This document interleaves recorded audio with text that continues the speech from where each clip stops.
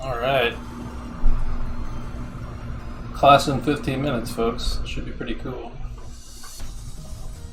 This session is going to be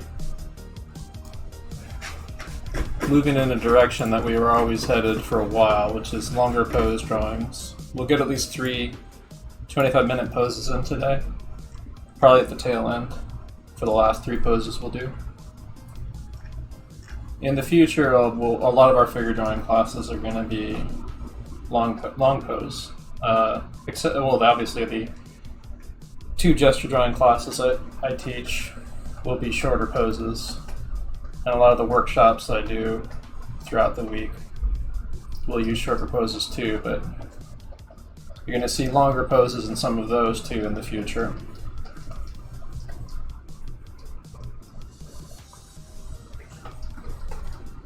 But that was what the aim of the figure drawing class always was. Like, eventually we were going to move towards doing 25-minute drawings where people really have to slow down, pay attention, like fix their mistakes.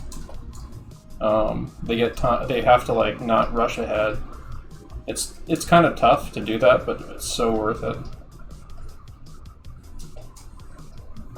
Like the point of doing that is so you get, if you're like an animator or something, or a comic book artist, like slowing down to really pay attention to something for a while helps you do it quicker when you're doing it shorthand, quicker and more accurately. So even if you're not doing the most anatomically accurate figure, when you actually are doing like your comic work or your animation work or whatever, you at least have a much better handle on fixing enough of the drawing problems in it to make it work. From taking the time to do these slow poses. Of course, if you're like a cleanup artist or somebody who needs to be like way more anatomically accurate with your figures, this is also really a must to do.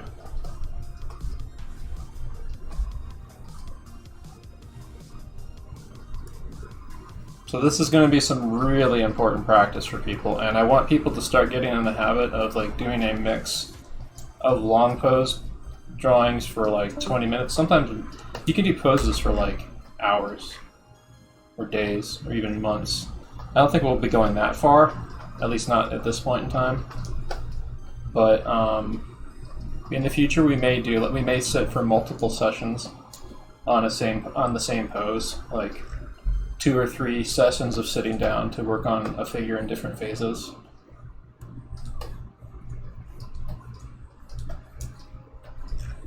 So I'm doing kind of a warm-up, quick, sketchy version, sort of what we're going to be kind of doing today, because we're going to be trying to keep it simple. We're going to be leaving out a lot of detail on purpose on the figure, because that will make it overly complicated.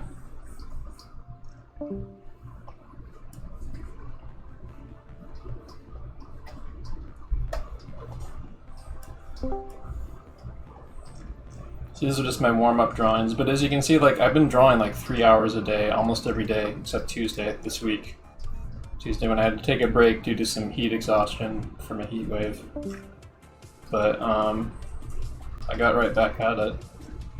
But I'm starting to like digest all these fundamentals practice that I've been doing every day, and I want to take things up a notch as I get more concentration and stamina from doing this over and over.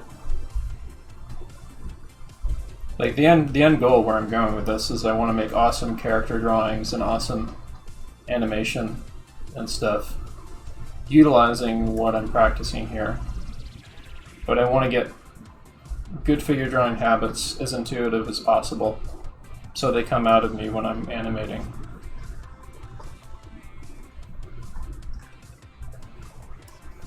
And you can't really rush that. I kind of have had to accept that I need to digest this stuff before I can really utilize it the way I want to use it. But at some point, I'm going to have to step out and step out of the fundamentals and work on animation and character drawing stuff again, using this stuff. Because it is fantastic that it's becoming way more intuitive now. From like the fact that I was able to keep up 3 hours of constructive timed figure pose practice every day last week and have it feel good to do was a milestone for me. Like I didn't feel burned out or anything. Like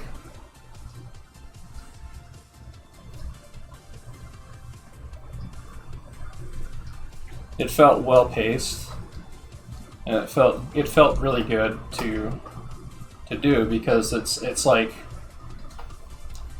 the muscles that you're getting from keeping limber every day almost kind of like prevent you from sports injury. That's how it kind of felt to me. Like I was preventing burnout by getting a good amount of constructive, healthy practice in every day. And the results I was seeing was like the results I was seeing and the difference it was making in my work was like triggering the reward responses in my brain. to reinforce the good habits I was doing. So if you can work up to it, I would strongly recommend, like I had been using the 15-minute rule. I'm going to continue to use the 15-minute rule. Even on my Tuesday off day where I didn't do a 3-hour practice, I spent about 45 minutes sketching. But I'm trying to move towards using a 3-hour rule, where even on my relatively off days, I still clock in about 3 hours of constructed time poses. The exceptions being the days where I really know that I do need a break. But right now, I feel really good about where I'm headed. It doesn't feel like I'm heading towards any kind of burnout. It feels like what I'm doing right now feels like the right tempo for what I'm trying to accomplish. So now I'm looking at ways to take it to the next level in terms of like actually doing like fitting in animation and character drawing stuff, utilizing this stuff. That's the long-term goal.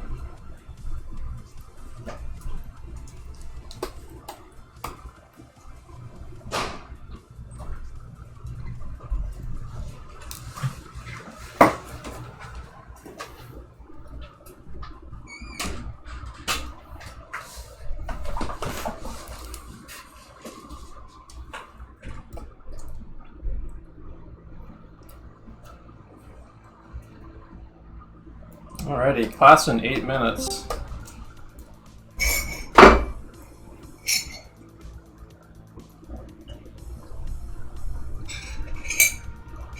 Let's go get some coffee there. Alright, so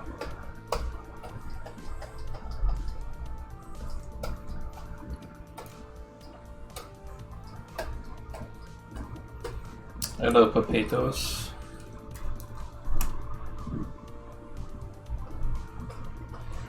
So today I want people to not stress out. I want people to take things slow and realize if you make mistakes, it's okay.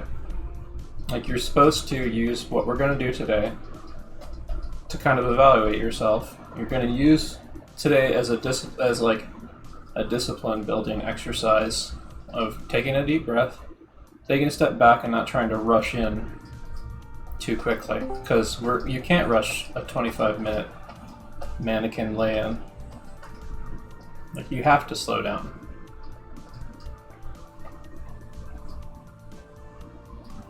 But what we're going to be doing today is going to be a combination of using gesture lines to establish a pose, gesture lines and measuring of forms to establish a pose and have it be pretty reasonably proportionate. And then we're going to use a combination of gesture and structure to mannequinize the figure that we're seeing. Kind of a little along the lines of the invented figure that I'm doing right here, except we'll be going much slower. I want people to slow down, observe, and think before they put a line down. This is going to be a tough exercise for me. Like I'm gonna have to be switching mental gears to do it, because I haven't done a long pose figure drawing in a while. So you're gonna see me struggling too. But I'm gonna start straight away with a demo after I show kind of like a general idea of what we're gonna be doing today that you can refer to from some of the internet image reference I found. There's also some Proco videos that actually go over in detail of what we're covering today that you can refer to later, or you can play alongside this and have near you while you're watching this.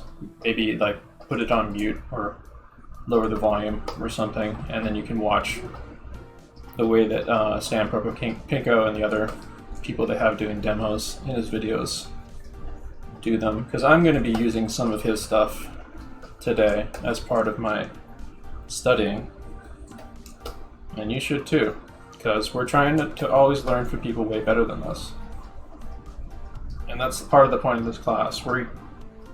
I'm trying to point people in the direction of good study materials and good classes and other things and stuff that are like way better than me, because this is a free class by an amateur instructor.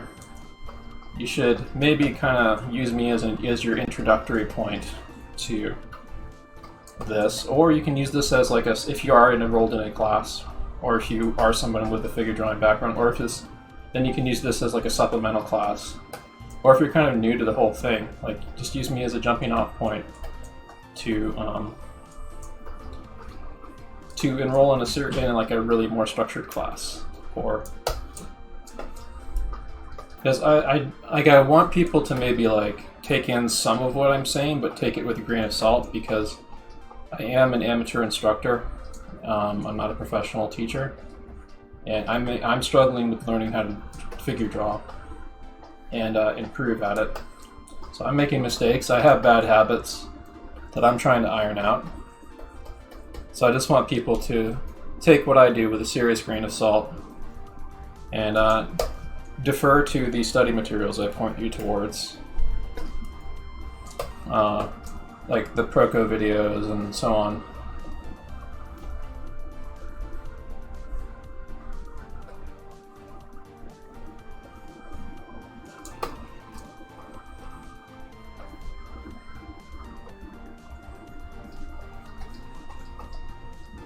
Yeah, in addition to animation stuff, in the future I'm interested in looking into some specialized anatomy type stuff and animal drawing stuff. Like, in the future, I definitely want to do drapery and clothing. I want to do hands and feet. I want to do specialized anatomy days or specialized anatomy class sections or something in the future where we focus entirely like on hands, or we focus entirely on the torso, or we focus entirely on the bicep and the tricep or something. And just draw a ton of that for a whole session or multiple sessions.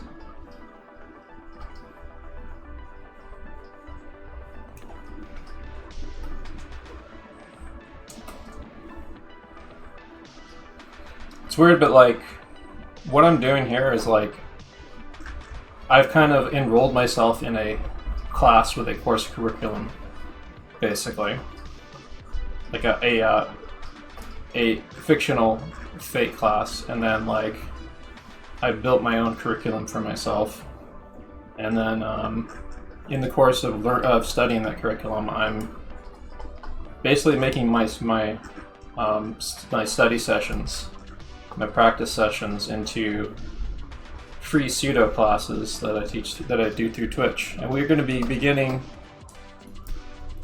starting on the class in about 3 minutes or so. I want to say 3 or 4 minutes. 36 lovely viewers have shown up for this class. If you're able to stay for the whole class, I would recommend it. We're going to be drawing for the next 3 hours or so. And the last hour and a half in particular are going to be really crucial, because we're going to be doing at least 3 long pose drawings in the last hour and a half of the session.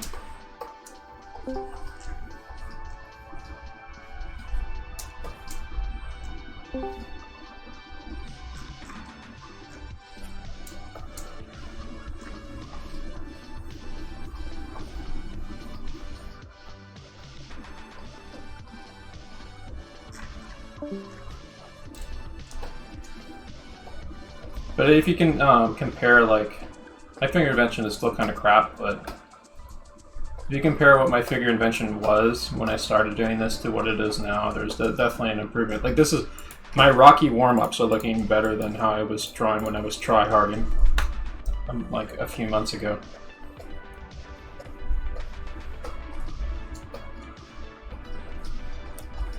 And like I said, there's no shortcut for doing this. Like, you gotta clock in the mileage and productive study every day. And if there's anything that you take away from this, I want people to take away from the idea that they should be disciplining themselves to clock in productive study time and practice time, kind of like what I'm doing here every day.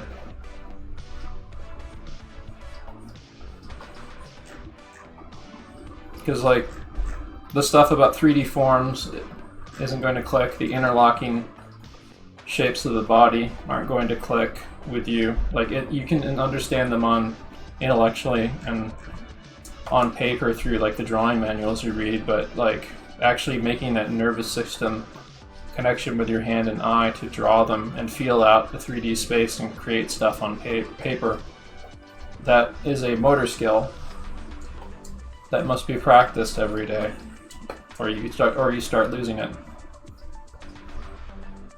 Same way, like if you stop skateboarding for a while, you'd get out of shape as skateboarding. You wouldn't be able to pull off the same tricks because your body's not limber up. It's the same way. Your hand and your eye and your arm, all communicating with each other, need to stay in shape and be communicating with each other regularly for you to maintain and improve your drawing skills. And so then it becomes a matter of how do you pace your drawing skills so you can like work up your stamina at them without burning yourself out, you know? So over time you'll eventually figure out strategies to do that. And as your stamina and concentration and ability to pace yourself improves, you'll be able to clock in more mileage without burnout. I want people to avoid burnout as much as possible, especially when you're new. Burnout is the antithesis of the learning process. You need to make even this like supposedly boring stuff, you need to figure out ways to make this supposedly boring stuff fun and rewarding for yourself. And you can combine it with stuff that's more overtly fun. Like we're going to be doing some of that tomorrow. That's actually my strategy right now for how I'm Tom Sawyering this. Like tomorrow we're going to be drawing animated characters. Drawing and studying animated characters and stuff using Figure Post Quick Sketch for this 2:30 p.m. Saturday class. That is a way to Tom Sawyer, like the Tom Sawyer story with making whitewashing the picket fence seem fun. That's a way to trick yourself. Not really, because like this is inherently rewarding, but I mean it's hard work. But it is rewarding. That's a way to make the reward centers in your brain excited to clock in this kind of mileage, because you're going to be excited tomorrow seeing the results you get trying to draw animated character models after you clock in mileage on these long poses where you're really paying close attention to stuff. So we're about ready to start. I'm going to change the... Well, no, I'm not going to change the title of the session. By happy accident, my persona named Spacedad. By happy accident, there's a motto that a lot of artists have coined called DAD, which is of course draw every day. By happy accident, that's what I've been striving to do. So I've decided to I'll start integrating that into my personal branding because I believe very strongly in that. So, I'm going to get on some gesture drawing app stuff, but first I want to show you some of the reference materials that you should look to while you're doing these. And I'll do a demonstration as best as I'm able to, because keep in mind, I'm still learning this stuff. I'm still struggling with things. I'm going to be doing a lot of things wrong. So I want you to defer mainly to the study materials that I'm going to be pointing you towards over me. But you can still look to me as to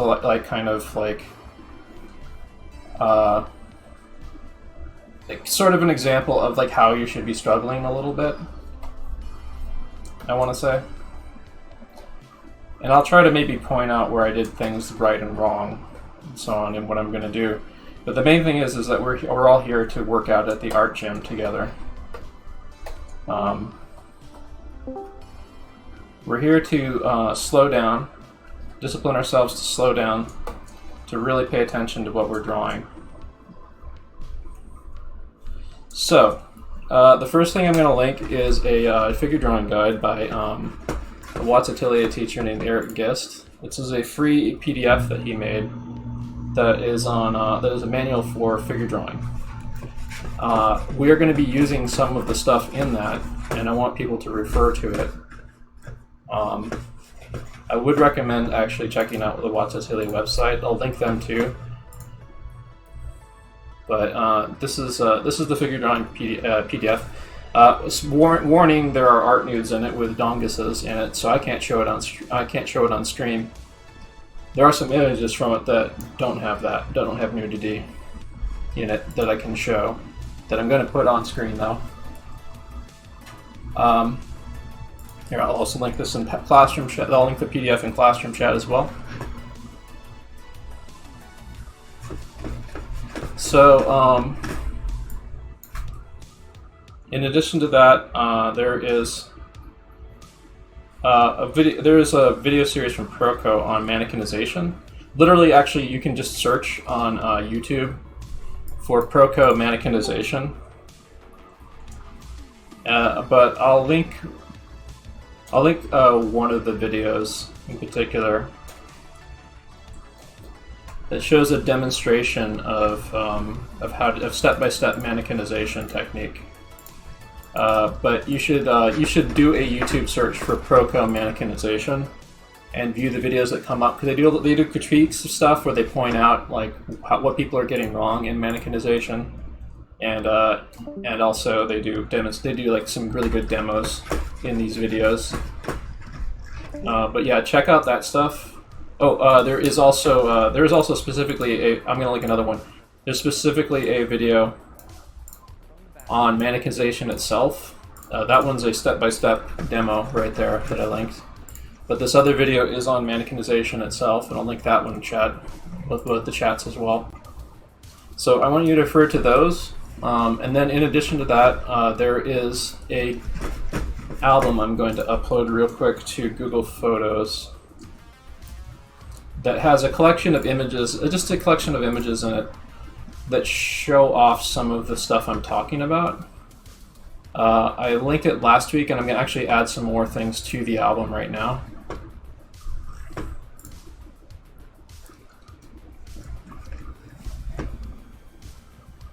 Add photos, select from the computer. This will just take a second, folks. Let's see, just drawing apps and folders, figures.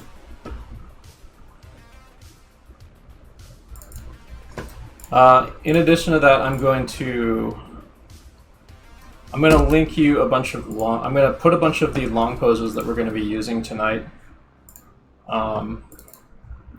in there, so you can practice from them yourself later. But here, let me make a link.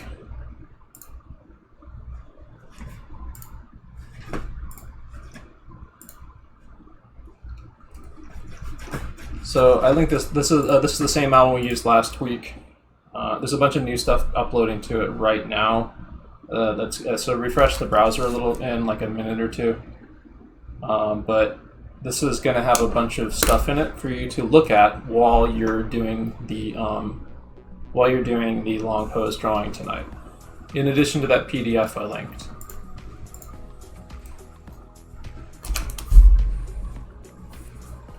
So yeah, check that out. Have it near you so you can refer to it. Have the stuff in there near you so you can refer to it. There's some Proco things in there. There's a bunch of more. There's a pretty wide variety of stuff in there. Try to favor the more the simpler stuff in there, but like most of the stuff there to give you a smattering of how to approach mannequinizing the figure. But one of the things I do want to maybe put on screen real quick, I'm actually going to use the gesture drawing app real quick to show this stuff off. Let's see here. So here's some of the stuff for the mannequinization folder I put together. There's one of the Proco mannequin figures right there. There's actually one of the videos I linked is a demo showing how they drew this. There's a Watts Atelier mannequin from Quick Sketch or something. There's a Proco one. I think that one's Watts. That one's Proco. Stan Proco was actually trained by the Watts people, so this is a combination of their techniques and some other stuff. And this is some other good looking stuff that I don't think was Watts or Proco, but shows off the same sort of thing. This is from the Eric Gist manual. This is on rhythm, so this is like even less detailed than what we're going to be trying to aim towards. But like you should be, if you're kind of new to this, you should be concentrating on this page in particular that's on screen right now. That's in the PDF. You want to be thinking about the figure in terms of very simple rhythms and getting them in the right place, in the right proportion, like measuring off the sides of the figure like this, and making sure that like stuff like, for example, like you can generally measure like the top of the head to the pit of the crotch as a halfway point, but like try to mark off where like the halfway points and where the measurements are on the figure that you're drawing. I think that one's a Proco mannequinization right there. There's more of the Eric Gist stuff. So that's like, this is what we're kind of be trying to move towards, although this has even more anatomical detail in it than we're going to be doing. Like, what we want is something more along these lines, like building a figure out of simple shapes. Like simple shapes that might have like slightly bendy curves to them, like that. Because that's the thing, like this is a mannequinized figure that combines gesture with structure that you're looking at right here. So the gesture comes in the form of embedding of like the curves that interconnect between the shapes that would otherwise be like a very stiff robotic pose and stuff. So you want to kind of integrate a little bit of gesture into your figure drawing in that sort of way. And you get that by concentrating on this step, especially if you're new, as like your first phase. If you notice like where he did this, like he started with this and then he layered the structure on top of it. So for most of us here, even me, I'm going to be trying to do this before I do more of this. But for the quick sketch where we're warming up, we're going to be combining the two a little bit more. But anyway, let me open the folder that we're going to be using. Let me open a figure mix we're going to be doing. Going to maybe give us a bunch of 3-minute poses to warm up on. Then we'll do 5s, and then we'll probably do 10s, and then for the rest of the session we'll do 25-minute poses. Or actually, no, I think we should do 5-minute poses for this start. We'll do 5-minute poses, 7-minute poses, 10-minute poses, and then 20-minute poses. 25-minute poses. I think that would be how we should do it. But get ready to draw. Actually, I think we only have about 15 minutes to do it right now, so we're going to do 15 minutes of warm-ups. I'm going to set it on 3s actually for the 15 minutes. But we'll do 5s, 10s, and 20s, 5s and stuff.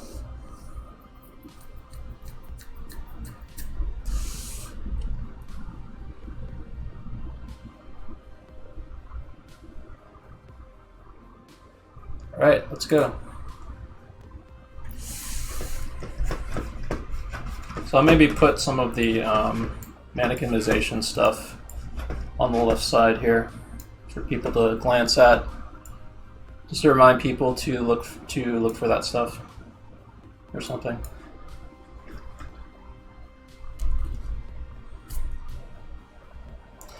It's going to be very small on screen, but that's just kind of like, it's kind of a smattering of the stuff we're looking at today.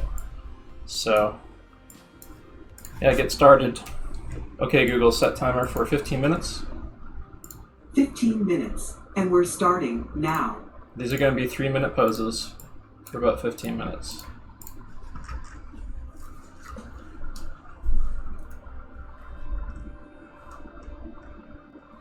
So I'm going to have to really concentrate on disciplining myself to like slow down during the session. Maybe even for these warm-ups I should try to slow down. So if I get in the habit of being like too scribbly and running in too quick, I'm gonna have that habit. when I go into the longer poses. So I want to maybe pay closer attention to what I'm doing. Not be so quick to rush in. So I'm just kind of using a box form to establish the head a little bit. Get like a C curve for the neck.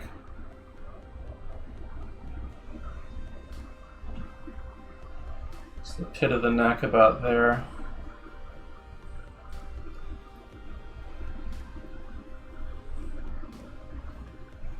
Get like a line for the tilt of the shoulders there. Then I'll get like a center line that's going to guide the curve of the body, following that front. It's very easy to track the curve of the front of the body on this pose. You can practically see it going down from between his pectorals to his six-pack. So let's see, the top of the shoulders would be about, the corners of the shoulders would be about here-ish, I want to say. Something like that.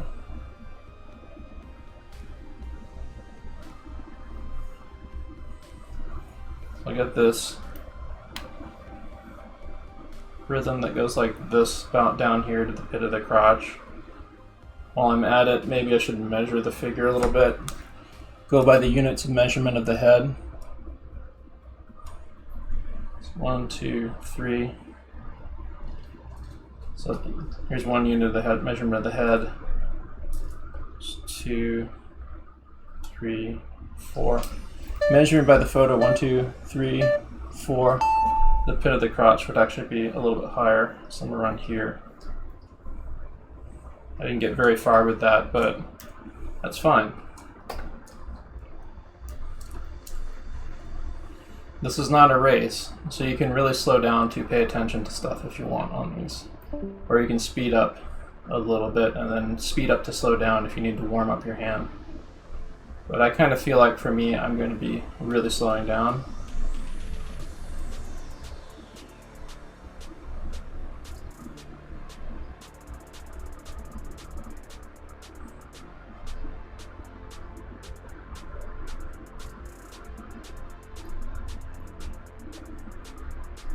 So I'm really happy with the turnout that we've had today.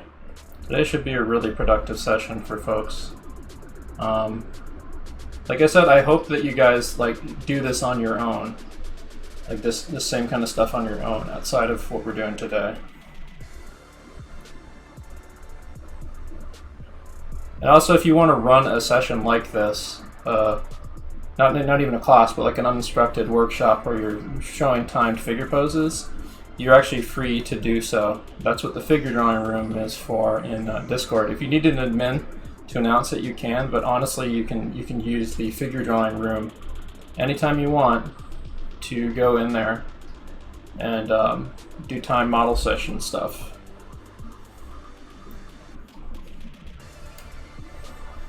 If you want an admin to announce it, just DM one of us.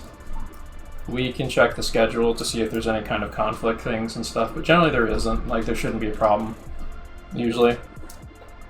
And if there's like an admin or someone who's planning on doing a figure workshop, they might collaborate with you on running one.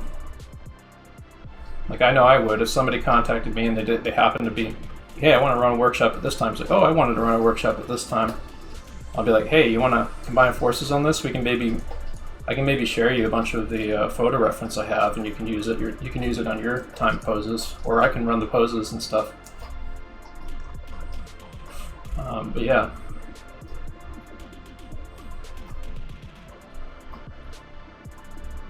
Like, you can do sessions like this with other people, or you can do them solo by yourself. But you should be doing, one way or another, you should be doing stuff like what we're doing right now throughout the week.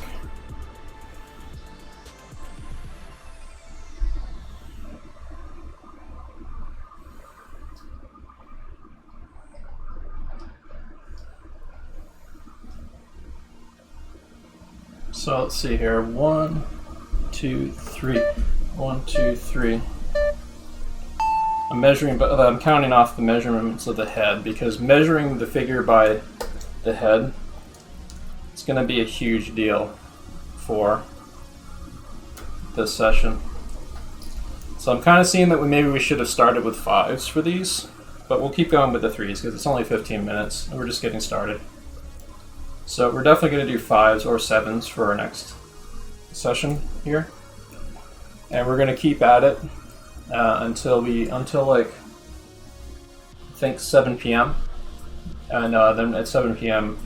we're going to set things up to do 3 long pose, 25-minute drawings, where I want people to look at the stuff I showed.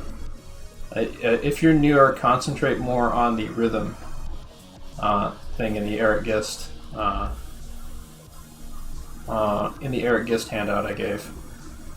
But if you're someone who's familiar with some of that stuff already, then I want you to do the best you can at like the rhythm phase, but then you can layer some of the mannequinized shapes onto the figure. But it's not a race. Like, even if you really feel like you need to slow down to get the rhythm stage right, which is really important, you can concentrate on that.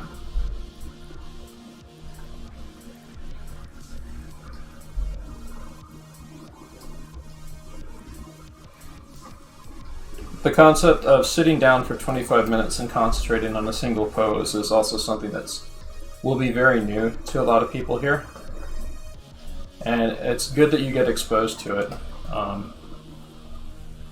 early on when you're learning how to draw, because it's something that you're going to be doing not just for figure drawing, but you're doing it for your still lifes and your other studies, where you really have to slow down.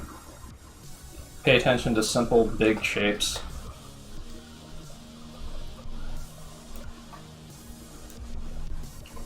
Now, the way that like what we're doing here combines with Quick Sketch is like an abbreviated version of what we're doing here. Like Quick Sketch, or actually, this is like what I'm doing right now isn't too far from Quick Sketch. It is warm-ups for the long pose, but I'm essentially doing Quick Sketch right now.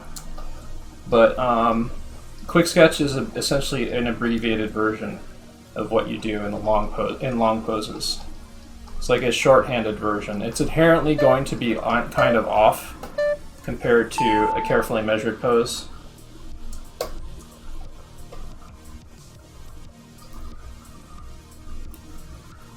But that's why you want to do a combination of long poses where you really slow down to pay attention, and short poses where you have like, because if you do nothing but long poses, you can risk like getting really stiff and like losing the gesture and flow of stuff. Short poses let you kind of be exposed to more figures in more positions, because the body is a really complex piece of machinery. You kind of need to get exposed to a lot of different poses at a high volume to get a general impression of how this really complex figure works, and learn how to like simplify stuff on the fly. So that's that's kind of partly the purpose of Quick Sketch, to get you like the experience of drawing a longer pose in an abbreviated form. But you need the longer poses too, because the longer poses are where you really slow down to pay attention and you internalize the stuff more. That is going to be stuff that you practice and reinforce in your Quick Sketch.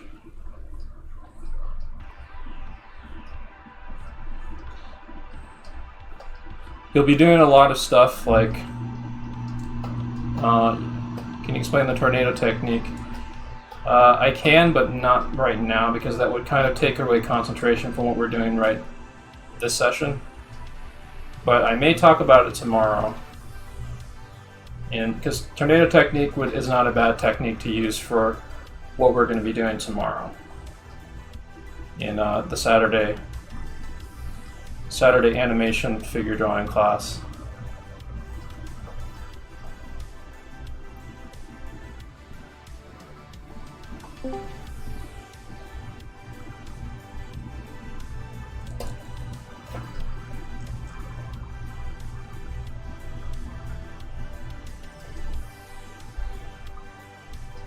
Head's looking a little flat, so I did that.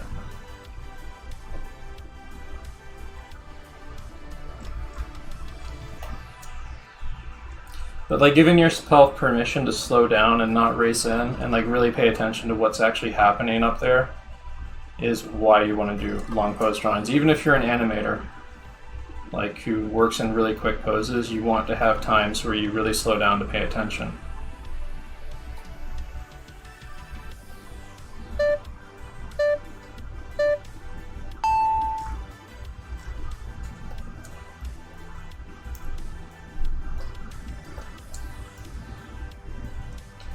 Some of these poses, like this one for sure, this one would be an excellent pose to use for 25 minutes. So I may wind up using one or two of these tonight for our 25 session. I think I definitely want to use this one. But I do have another folder of a bunch of other stuff we're going to probably use as well.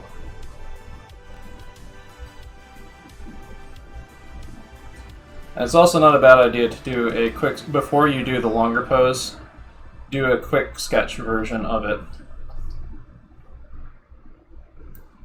Like you'll sometimes see in long pose sessions, you'll see artists do like a quick sketch of the pose before they draw it. Not always. Like anything, like an artist will do something if they feel they need it, or if they're going to get some value out of doing it for the study session. So what I'm doing here is kind of like that. Like I think I definitely want to use this pose for later tonight, so I'm kind of walking through this without rushing to see what kind of drawing problems I may potentially run into trying to do this tonight a little bit in advance. Like what kind of proportional things can go off if I don't pay attention. What am I not seeing in this pass that I'm doing here that the model's doing?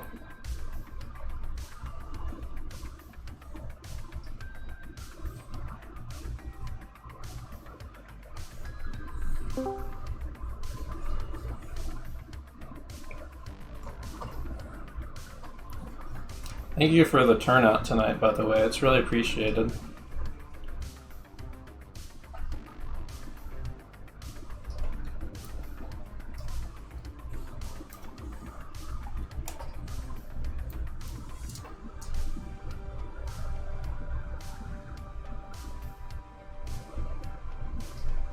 Friday is going to be a very important class in the coming weeks too, by the way. It's going to be where a lot of the lion's share of the energy that you have throughout the week should be spent if you're doing it, if you're not enrolled in any current figure drawing classes.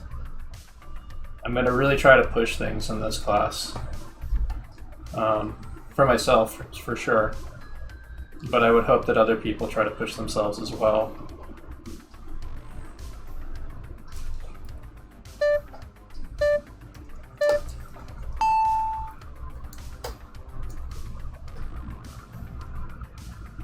Okay, Google, how much time left on timer? There's 29 seconds remaining. Okay, Google, stop. This will be our last pose for this one before we take a little 5-minute break. And then we will do a session of 5s. We'll probably do like some 5s and then like a 7 at the end of it to kind of transition into doing 7s.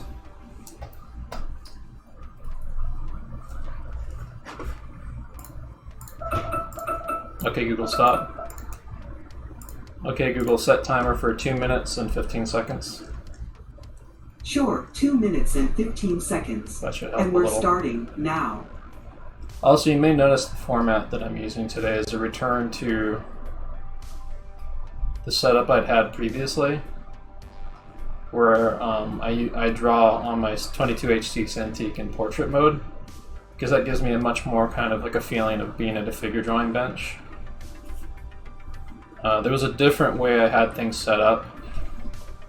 Throughout this last week, I was trying out where I had the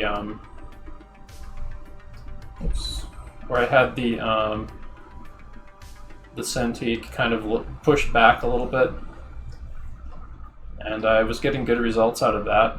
But I think for these classes and for the kind of stuff we're doing here, this format works a little better because it makes it more visible on the screen, and plus I get something that's a little bit closer to the drawing experience I have when I'm on a figure drawing class horse bench with a large drawing pad. What website is what? Oh, the figures? The figures are mine. I'm using a gesture drawing, an app called Gesture Drawing 3. That's available on the site QBrush for $15. Really worth it though, and it lets you you make like timed drawing pose sessions out of folders on your computer. I do recommend picking that up. If you can't pick that up, you can use sites like Quick Poses and Line of Action, or stuff like the Draw This YouTube videos as your figure drawing practice throughout the week. You used those extensively a couple months back for our sessions through the Discord. I stopped using them because we started like lapping ourselves too much in drawing the same models. Alright, okay, go stop. Alright, so I'm gonna pause it here. Actually, I'm gonna go back because we're gonna do 5s next. Let's do that. Let's see if we might not have enough in this folder to do 5s with. Yeah, we'll probably stick with this, I think. I mean, these are poses that we've done before, but they are really good poses to just keep studying until you get right. So, like stuff like that guy, for example. So maybe we'll start with this again, for the next 5-minute session. But I want to find I want to keep expanding my pose library.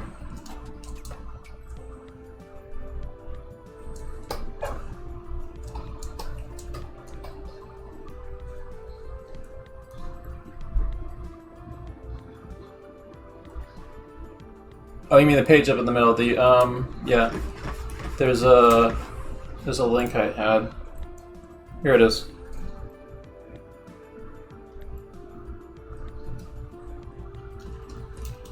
Yeah, you can also see the Discord. I've linked the stuff that I suggest people check out there as well, including like the Proco videos and stuff. The classroom chat section of the Discord.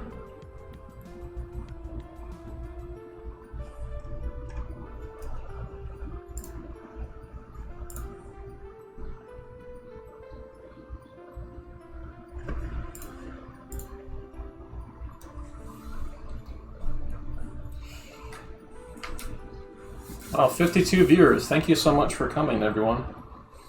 This will be a good session. So it's been about like a minute. Okay, Google, set timer for 4 minutes. 4 minutes, and we're starting now.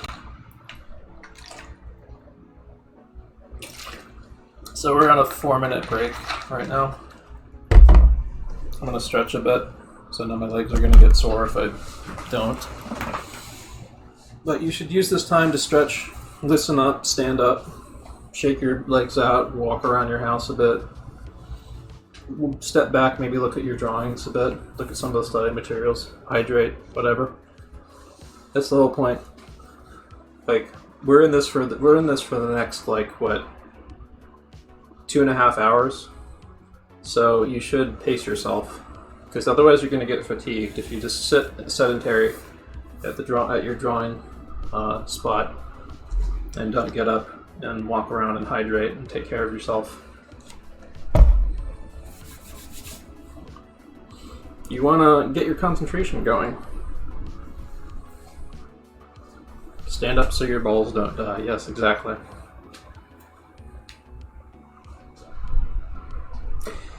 Yeah, there's an expression. There's a proverb that Richard Williams actually said in one of the animator's survival kit DVDs, and it applies to animation and also applies to figure drawing, or just really any kind of task that it takes time to learn. The proverb it was like a Mediterranean proverb of there's an old man by this lake, this empty lake that had been drained out, and he has like every day he's like spooning in spoonful by spoonful scoops of yogurt to put in the lake, and then like people who see him doing this, they're like, "What are you doing? That's like such a small amount of yogurt that you keep putting in there. Like, it seems kind of pointless." And the old man said, "I know it is a very small amount, but I'm doing it every day, and in several years, would it be wonderful to have a lake full of yogurt?" Now, granted, for the purposes of the parable, or the proverb, this is probably magic yogurt that doesn't spoil, but the point of the story is, like, you do a little bit, every time you sit down to do sessions like this, like, you're getting a little something out of it.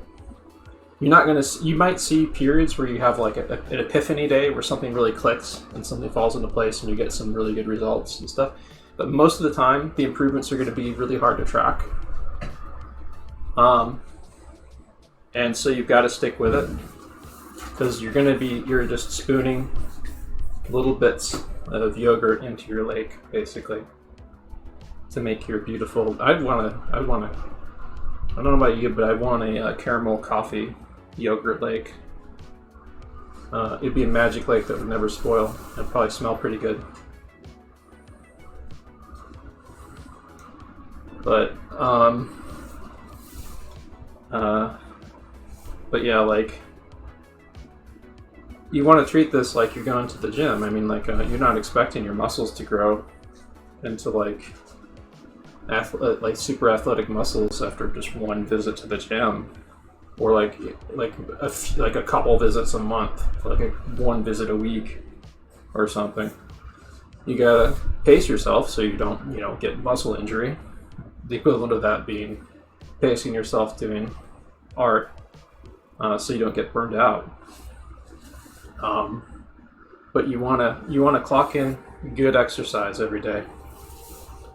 Yeah, I thought Spacedad reminds me of Space Dandy. Yeah, I'm kind of happy with how that worked out. I came up with this. Okay, Google, stop. I came up with this internet persona like well before Space Dandy was created, but by coincidence, Space Dandy is kind of pretty close to how I imagine like my persona's personality. And I already had drawn my persona with a pompadour and stuff before, so I'm happy to like steal wholesale from Space Dandy in the future. Now, that'd be a good idea for me to do some studies of Space Dandy tomorrow. I was thinking of doing Vampire Hunter D Bloodlust. I probably still might, but I think I might do some character studies of that. Oh, what am I doing?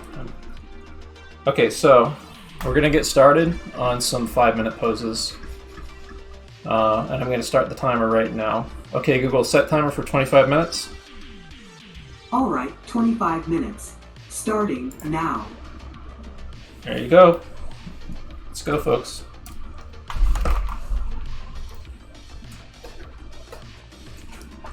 Also, this weird setup I have right now. It's a setup that's working pretty nice. I have 2 monitors turned vertically and then a TV monitor. It's not the best setup, but it's working pretty well. Like, I have like the vertical monitor with my reference is to the left of me and in front of me, and the Cintiq is in front of me on my lap with on an Ergotron arm. It's a pretty nice little setup that's actually working pretty well, because I can shift my eyes back and forth to the reference instead of like turning my head, which is going to come in big handy during the long sessions coming up. But if you want to help me, like there's I could use one or two other monitors here, to be honest. So if you want to help me improve my setup so that this workflow gets a little bit better for my class streams, and also just my workflow in general, really, feel free to subscribe to me on Twitch Prime, send me bits, click the donation link down below on my Twitch page, or sign up for my Patreon, which is also got a link down below. And the rewards on the Patreon is you get high quality images of my class demos, and for just $1 Patreon subscription.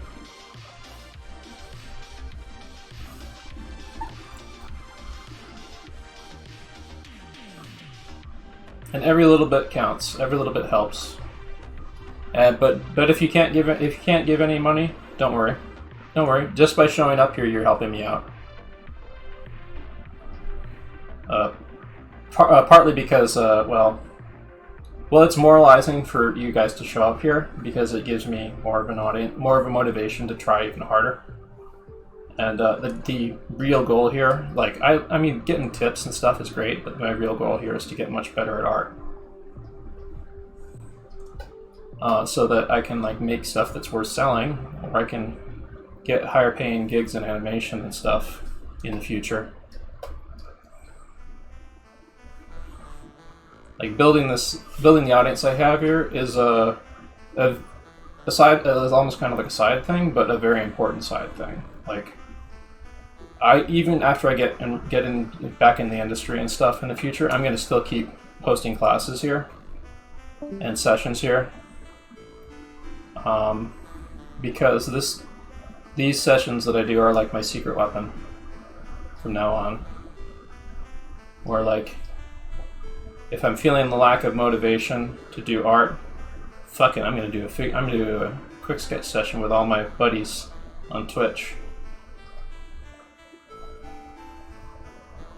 This keeps me regular to the art gym. You guys are like an art support group for me, just by showing up here.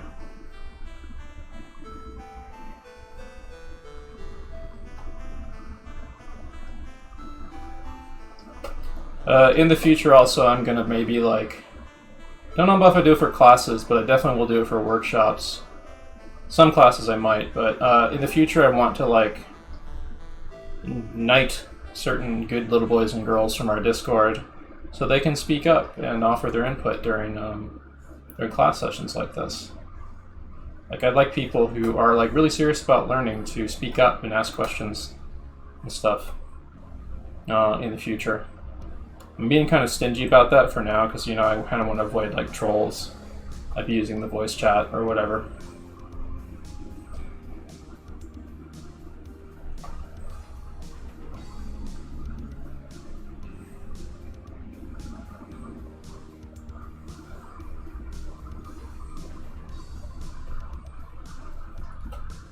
Oh, thank you for the 100 bits, Blue Nest. That's really appreciated.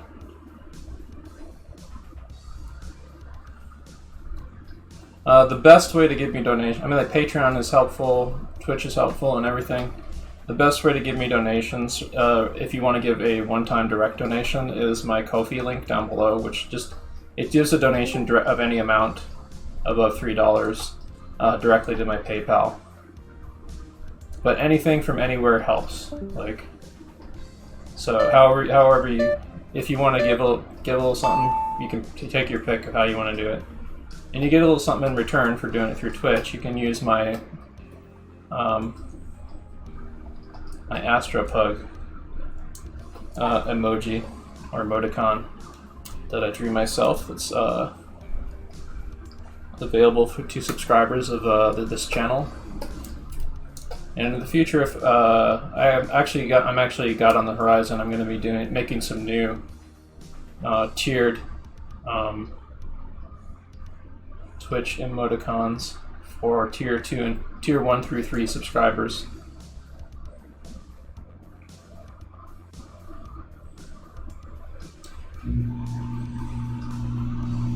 So I don't think I'm quite where I need to be just yet in terms of, like, how I need to slow down, but I'm approaching it from the right mindset, I feel.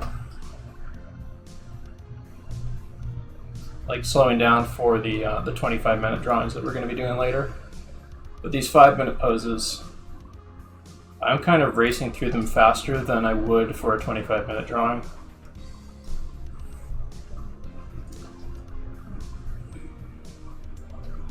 Like I said, you're going to see me struggling with this too. Because like I've been doing quick sketch poses like constantly for the last few months. I have not done like my first 25-minute pose drawings were actually last Monday in our head. Well, actually, no, not the first. We'd been doing 25-minute poses in our head drawing class of like skulls and planar models of the heads and stuff. And we're going to be doing 25-minute poses of head drawing stuff in the future too, with like more stuff kind of in this vein. But we keep it to simplicity.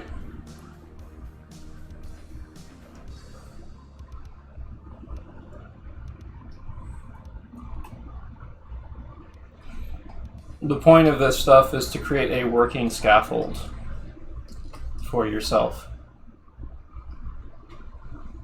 to build the figure off of.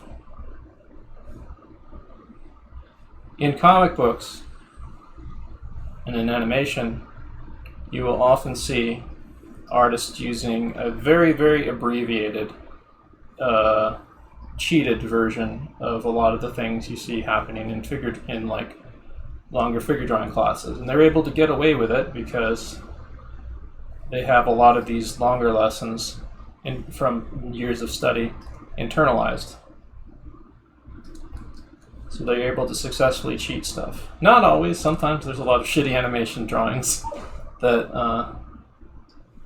have some very glaring errors. But it's not uncommon for, like, if you really scrutinize like a lot of comics, like it's very evident that they were drawn very quickly and loosely, and more attention was paid to the storytelling and getting the story out than like really kind of like being super accurate with the drawings. Often that's on purpose. Sometimes it's laziness, but often it's on purpose because like you can't, like, in order to like get a comic out the door, you can't like spend a month on one panel or something.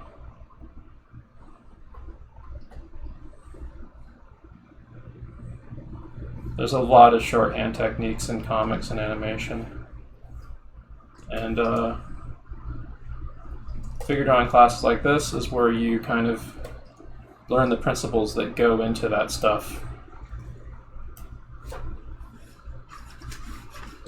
in a safe, controlled environment so it can be internalized for when you need it.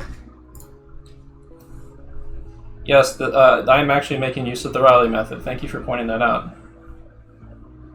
I'm making use of the Riley method and about 2 or 3 other things right now. But there's a little bit of there's little bits and pieces of things that I've been absorbing for the last few months and how I'm approaching these. But let's see here. When we get to the 25-minute drawings, like the stuff I want people doing is I want people to mark the top. Like here, I'm going to use a blue line to kind of point this out a little bit better. But when we do the 25-minute drawings, I want people to kind of use blue lines to mark the bottom and top of their pages. I want them to use if you have some equivalent of a measuring ruler in the program, like some kind of thing like this, to measure like a little more accurately, like where the pose begins and ends and stuff within the space you've created for yourself. You can wander a little outside of that sometimes, but this kind of helps you ground it, and it can serve as a roadmap for how you're going to contain this drawing that you're going to spend drawing for the next 25 minutes.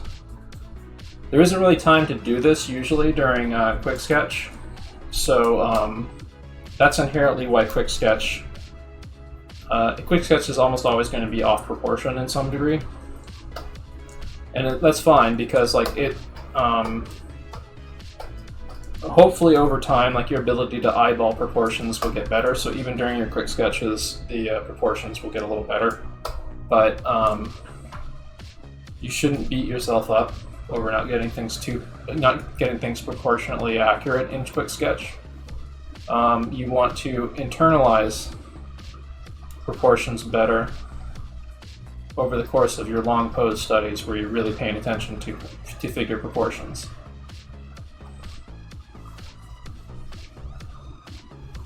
This is a really challenging pose right here. I almost want to skip this one because this one will throw a lot of people off, but let's see what I can do with it.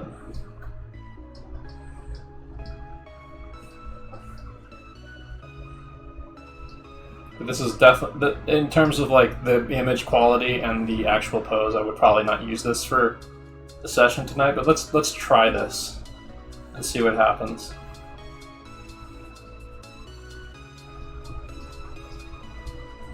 I might just do a vignette of just the upper torso for this one, because the whole twist of the body is kind of getting a little goony, but we'll see. No, I think you can put the pelvis in. Just got to be careful about it. So remember, the pelvis can be treated like a cube. So the waist is kind of tilting that way in the front. Yeah, I guess I could probably put like some of the thigh in. Just two parallel lines coming off right there in the gesture of the thigh and the calf. So this is pretty much just like heavy, quick sketch where I'm not really that invested in proportion. Just in kind of the idea of the pose a bit. So now I'll turn my attention to the last 2 minutes onto the upper body.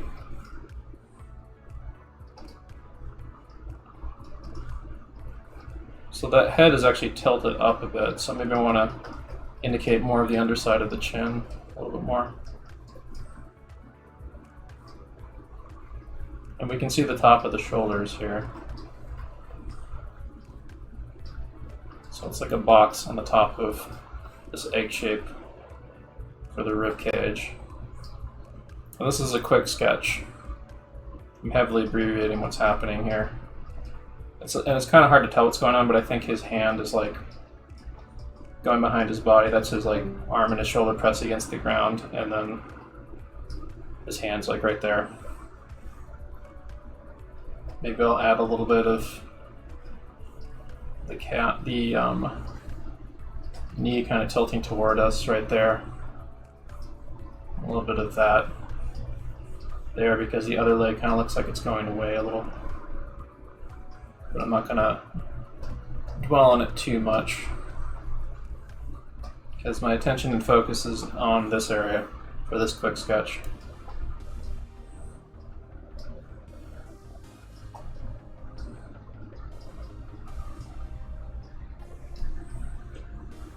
And I know for a fact that I'm out of practice with my hands. I've been strategizing about a way to have a hands-focused practice thing here. But like, hands are so important that we should even practically just have a class that is just hands. So I'm going to be looking at doing something like that in the future. To start with, I'll probably have a hand themes workshops throughout the week or something. But the hands are so important.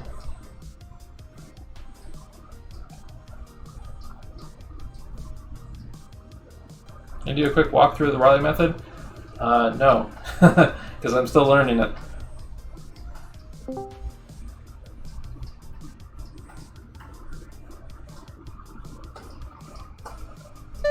So you're going to see me using bits and pieces of it in this session. But don't worry, we're going to be having a lot more sessions like these in the future, where I will be able to dispense more of what I'm learning. Let's see here, what's a good one? That'd be good for a torso study. I think I will use that one.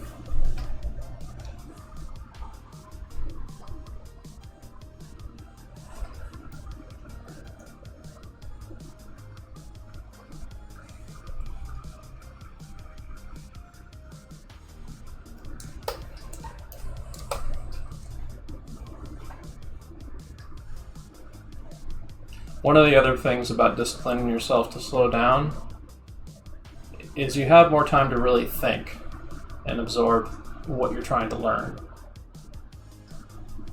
Quick sketch is about exposing yourself in high volume to things and repeating an idea that you're trying to learn, but you don't get time to merely meditate on it the way you do in a 25-minute pose, 25 minutes or longer pose.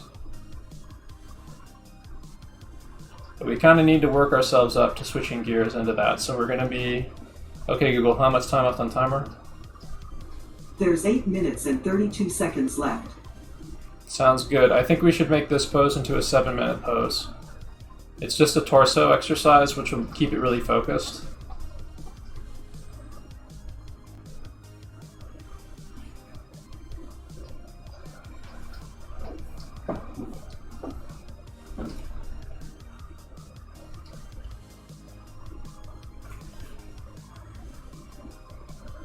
So we'll actually stick on this. It'll actually go over a little bit, 7 minutes for this one.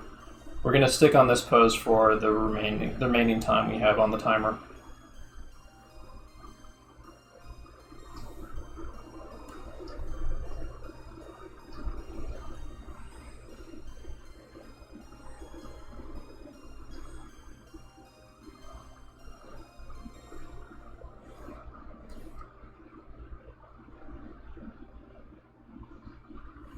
Yeah, I'd love a hands class too. I'm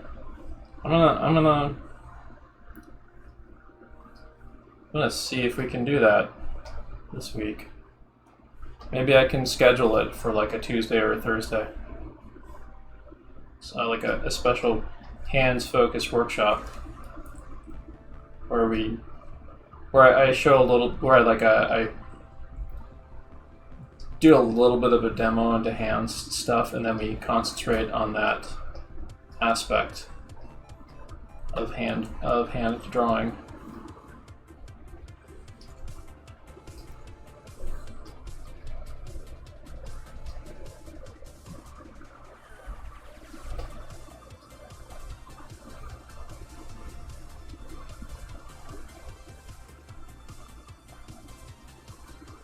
There's an amazing piece of advice I got from Steven Silver when I took his character design class. He said new artists and even experienced artists, it's a great idea to have one sketchbook when you're starting out. Now the experienced artists can do this too. One sketchbook that is just nothing but hands. And every day you fill up one page of hands in that sketchbook. Can be like you can maybe even like do one drawing of like a well-drawn single hand on that page that you spend a lot of time and effort on, or you can do a page full of cartoon hands, or like quick sketch studies of photo hands, or copies of like Vern Hogarth how to draw hands stuff, or just anything as long as it's hand related, or copies of your drawings of your own hand. This has to be a page of hands, however you do it. But you have to fill out one page of hands every day in that sketchbook for a year.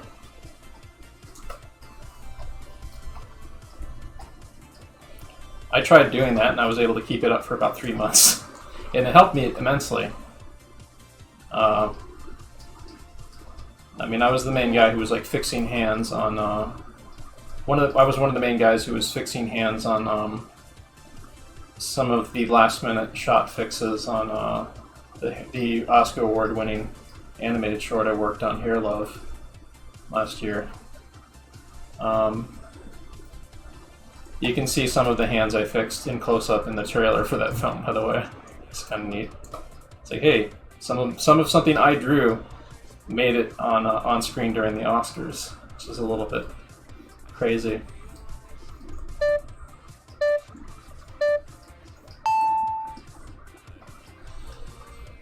But unfortunately, like I got like the reason why I'm here is I got really sick last year, and I wasn't able to draw at all for a while.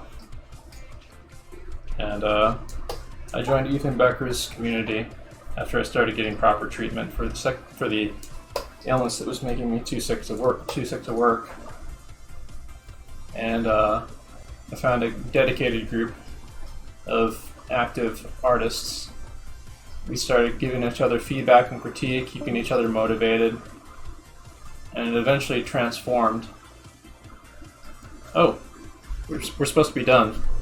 I'm gonna just do a quick sketch of this guy, but we'll pick up on this guy maybe where we left off, because we're gonna do, I think, 3 7-minute poses for the next session.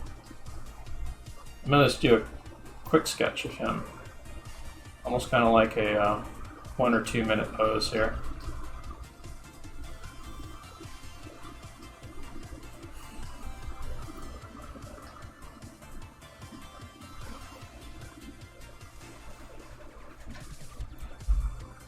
Yes, I'm an animator. I'm from the animation industry. I've mainly worked on TV shows, but like my first animated feature production was the feature short Air Love last year. I'm keenly interested in Sakuga animation, but that is a type of animation that requires a lot of internalized like understanding of perspective and figure drawing, which I have not quite digested yet.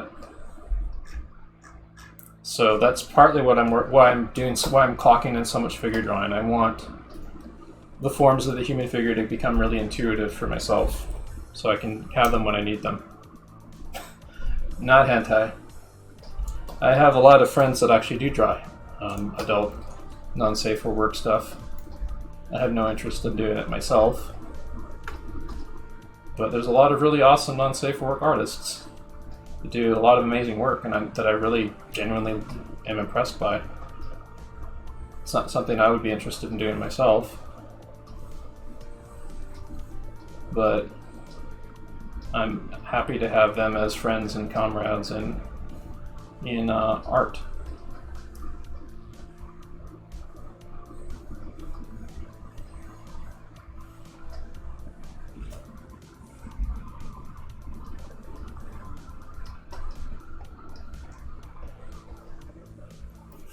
Just doing a little quick sketch to invented quick sketch to loosen up a bit. We're technically moving towards break. I'm just waiting for the buzzer to start. Okay, Google, how much time left on timer? 1 minute and 27 seconds remaining.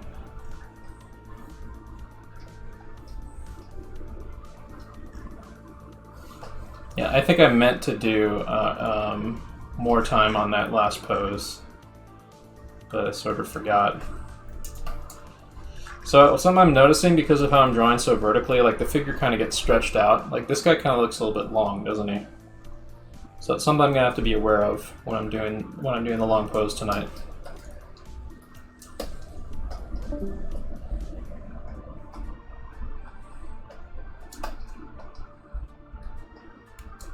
That's also why it's a good idea to do quick sketch warm-ups like these before you do long poses.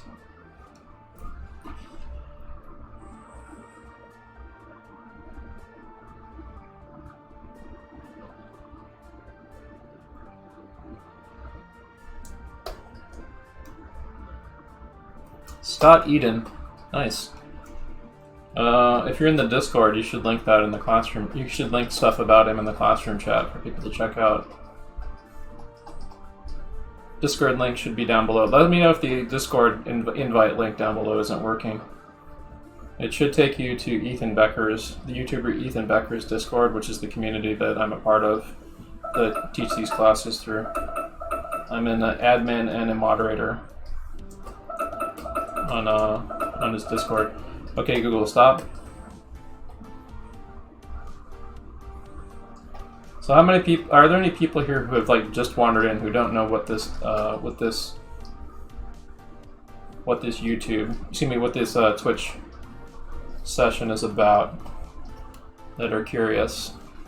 Please speak out. I'm interested in seeing just how many wanderers we have in here. Just pause it on that. Yeah, we're gonna do 7-minute poses, so I'll get that queued up now. Okay, Google, okay, Google, set timer for 5 minutes. 5 minutes, starting now. So we're on a 5-minute break. I'm gonna get up and stretch shortly. I just want to kind of do this because I'm trying to internalize some of these Riley method rhythms that I've been practicing for the last few weeks or so.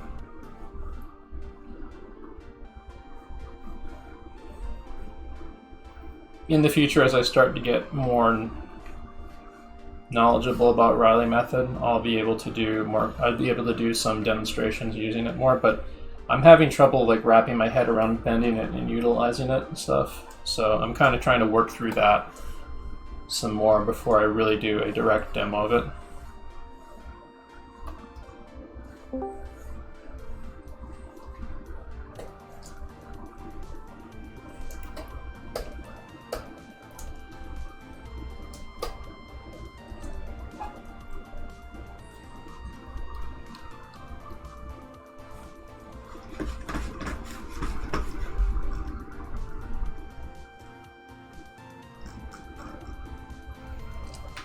So very nice. Alright, I'm gonna get some more water. Maybe hit the restroom.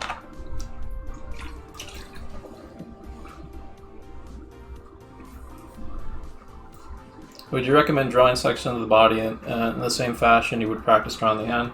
Yes, absolutely. If you are someone who's struggling with legs, maybe just spend a session just drawing the legs. You could even do, if you really wanted to work on a particular area of the body tonight, for example, you could just pick an area of the body from the poses to just do. Like, even if you get a full pose, you might say, I'm just going to do the torso tonight. But for tonight, I would recommend trying to, if you've never done it before, I would recommend trying to do the measuring exercise that we're going to be doing to kind of like landmark yourself for the pose.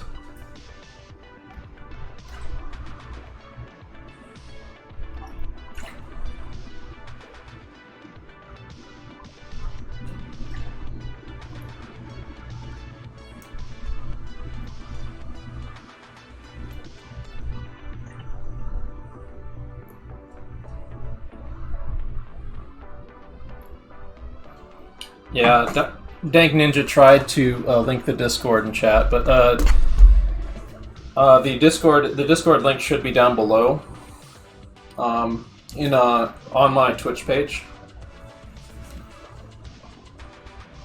Let me know if it's not working properly.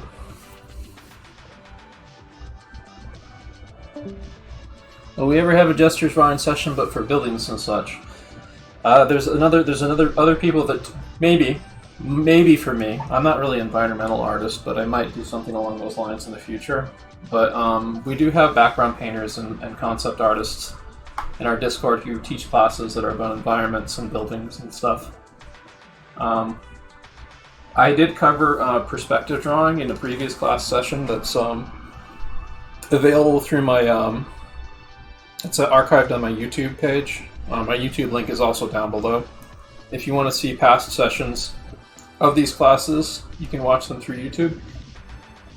You can also support me without paying a cent. You can support me by just watching my videos on YouTube of the class sessions I've taught. A lot of the sessions you can, a lot of the sessions are like this in that you can sit down and you can use them as a timed drawing pose session and draw along to it. So if you like, feel free to use that too, because I try to use a lot of original poses that I yoinked from online to use during these classes. I'm slowly building my library for this stuff. But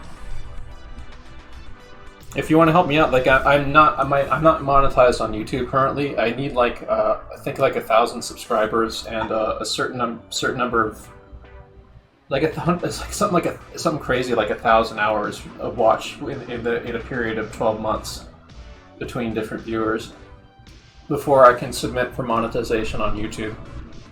So if you want to help me out, you can just subscribe to me on YouTube and watch my YouTube videos. My link to my YouTube page is down below.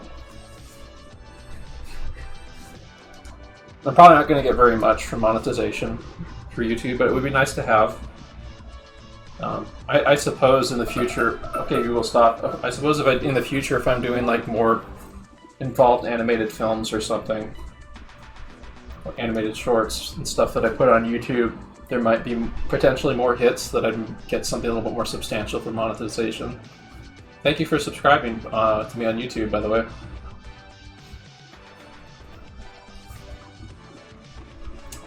Just give me a second. I'm gonna pop one antacid right now because I'm getting a little bit of heartburn from some spicy burrito stuff I ate earlier today. And then I'm gonna be back and I'm gonna start the figure drawing pose.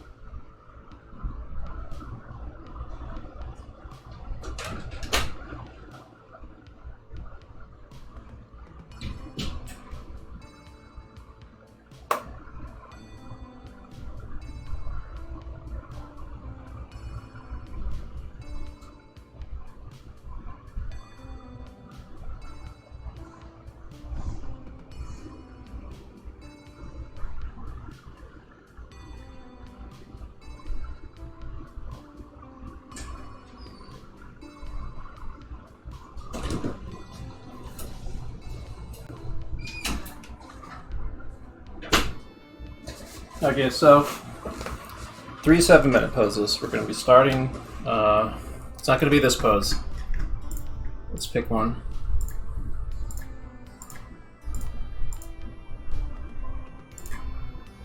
So actually go back to this guy and make this our first 7-minute.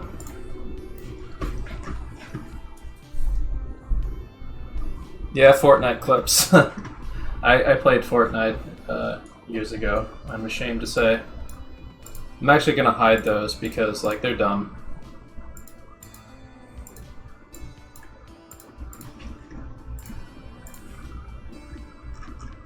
Gamer. Yeah, I actually want to work in the games industry in the future. I never have, but I have a lot of... I really love video games.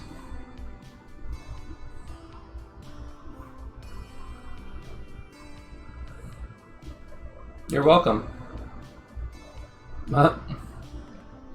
You paid $100 to highlight your message, huh?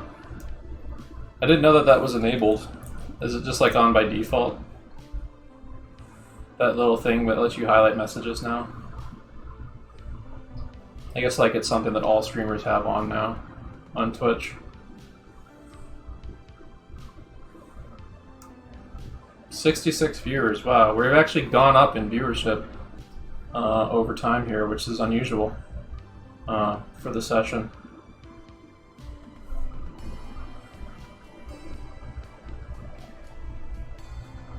Yeah, please stick around for the full session if you can. We've got, what is it? Roughly another 2 hours, I think. Is that right? Yeah, close to around 2 hours or so of productive figure drawing.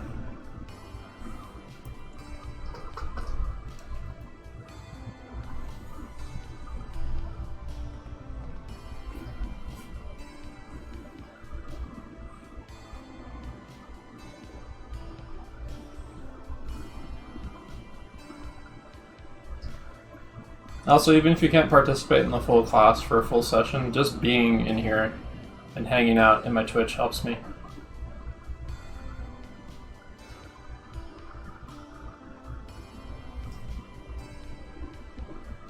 I do know that our Discord has a lot of people who are from the European time zone who are coming over here to practice at really odd hours. Thank you for showing up, but take care of yourself. I don't want people, like, getting sick or not getting enough rest just to show up here.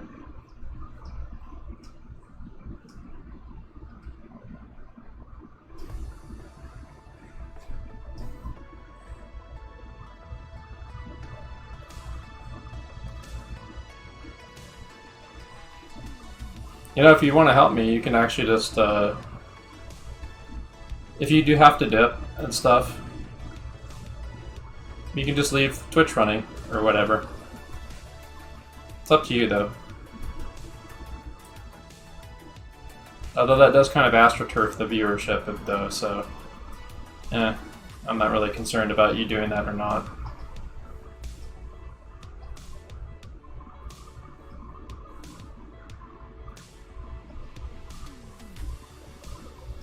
But I sometimes fall asleep to streams that I'm watching. I've been falling asleep several nights this week to the ongoing SGDQ. It's playing their speed runs.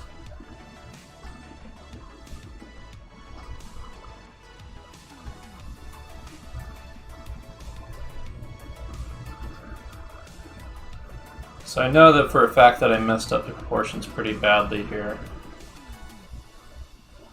On the legs. Should be up over here, kind of. So I'll maybe make some little fixes. This is a really challenging pose because of the bent knees and the squat.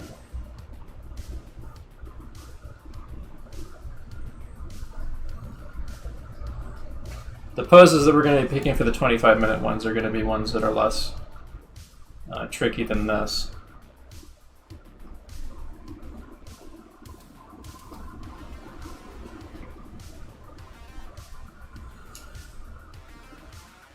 Can I do this traditionally? Yes. I would actually recommend people that are newer to drawing do these traditionally, or just do the lion's share of their drawing practice traditionally.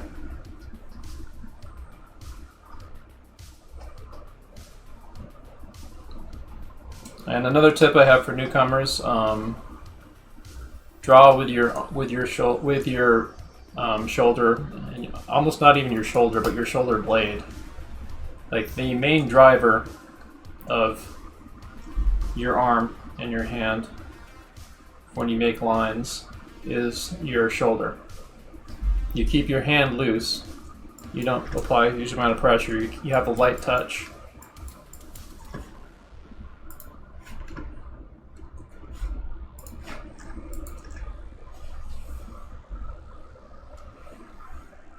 You make use of a really light touch and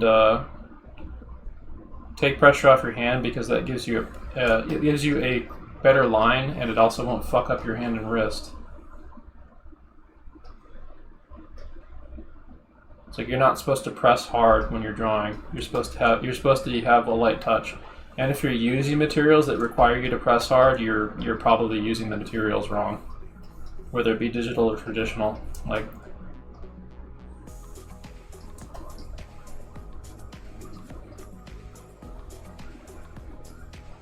that's also why, like, beginning artists, they tend in art school, they tend to have them use like charcoal sticks that are super smeary, because it forces them to have a lighter touch.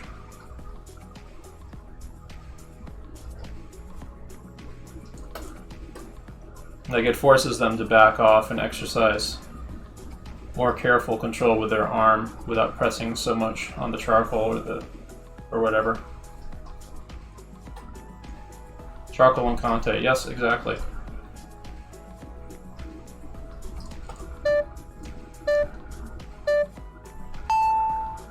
Badly constructed leg there on my part.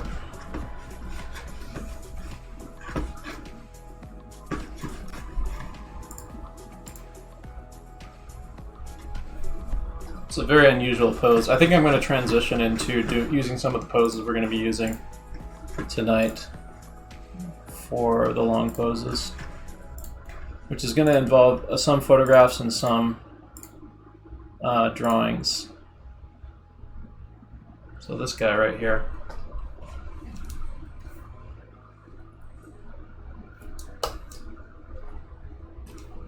The reason why I wanted to use well-executed drawings is because a lot of the guesswork on simplifying the pose is already done for you. So you can just focus on trying to mannequinize what you're seeing. But I'm going to mix it up with a mix of photos and drawings.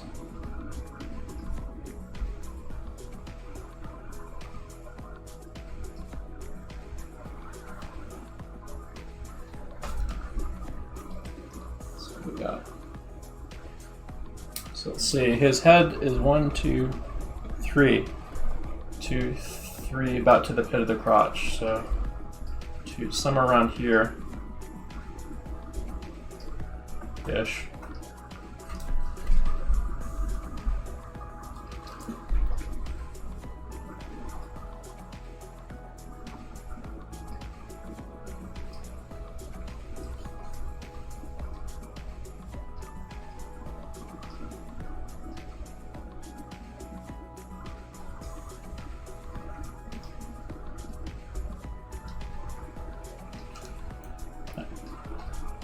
His torso really is bowing inwards.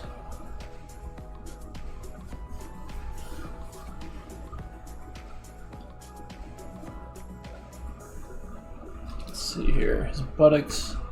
2, 3. Buttocks is somewhere around here, I think. So I'm doing like a faster motion version right now of what I'll be doing during the 25-minute, where I'm using the head as a unit of measurement to kind of like gauge the proportions a little bit closer to what's actually happening there.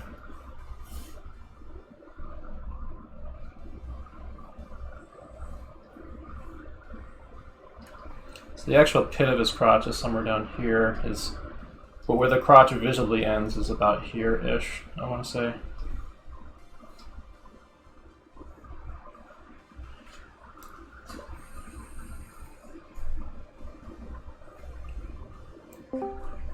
Alec Krodak, or however you pronounce your name. Can you tell us a little bit more about that? The figure drawing a class at Academy of Art University.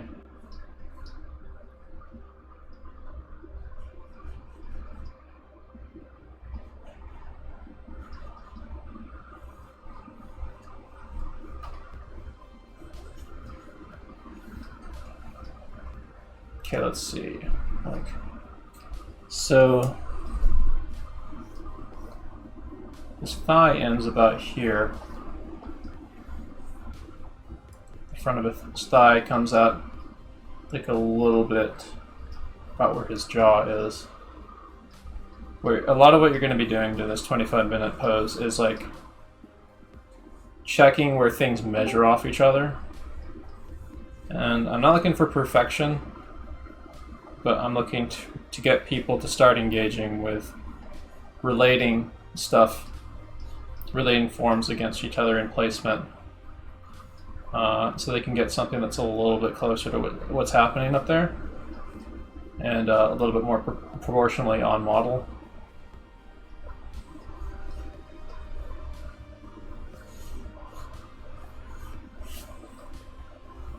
So I'm doing like a super sketchy version of kind of what I'm going to be doing later. Okay, so I can tell that some of the angles of this are going to be kind of strange if I don't fix this.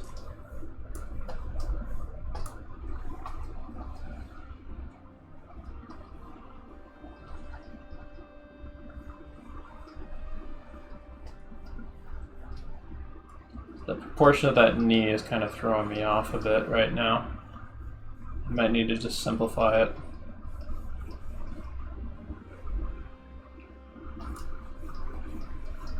And I've got like the back of the heel kind of going behind this curtain a bit. But let's see, where's the bottom of the foot in relation to the rest of the body? It's about here.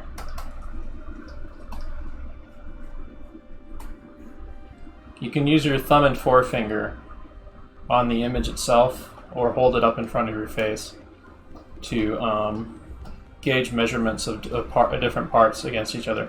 That's something that you're not seeing on my screen. I'm doing a lot of like using my thumb and forefinger to measure different parts against each other. So this guy's actually leaning forward quite a bit back here.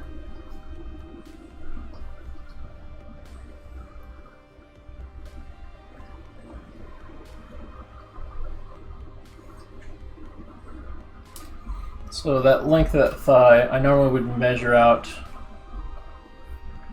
beforehand about where it should be, but because this is a quick sketch, I didn't really do that. I kind of wanted to see what would happen, where I would go with this for a full 7 minutes. Oh, yeah, the bottom of that should be lower than this foot, shouldn't it? So it should be down here, right? So that means something is fucky, I think.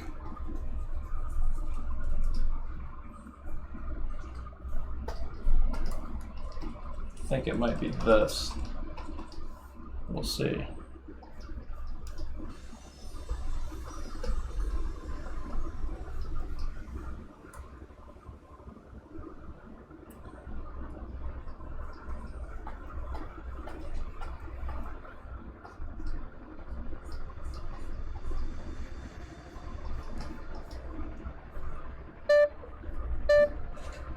Oh no, here we go. Yep, next pose. That's fine. I did that one.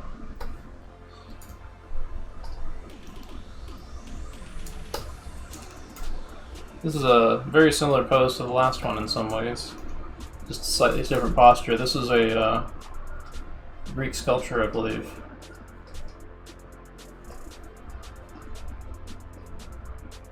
Or a reproduction of one.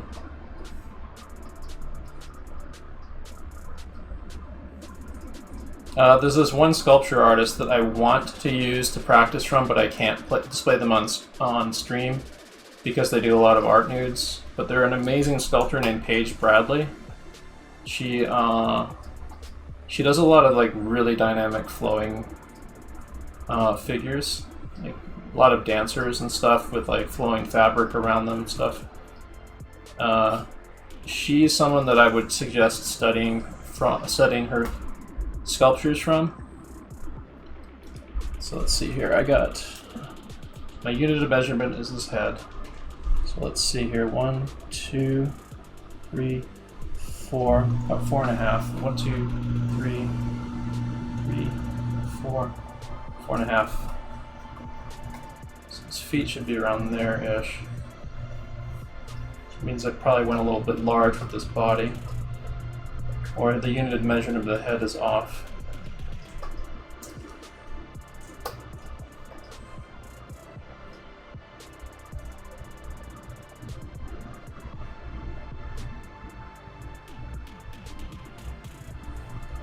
I'm gonna try eyeballing this one a little bit more than the last one.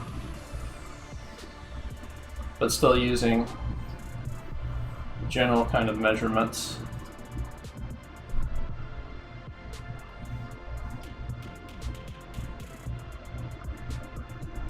Slowing myself down is going to be a real challenge for the next ones, but I'm starting to get into that frame of mind from doing these 7-minute poses. We might do a round of 10s after this, but we'll see. We could, depending on what I think we should do next, we will either do two 10s or we'll go straight to doing 25-minute poses.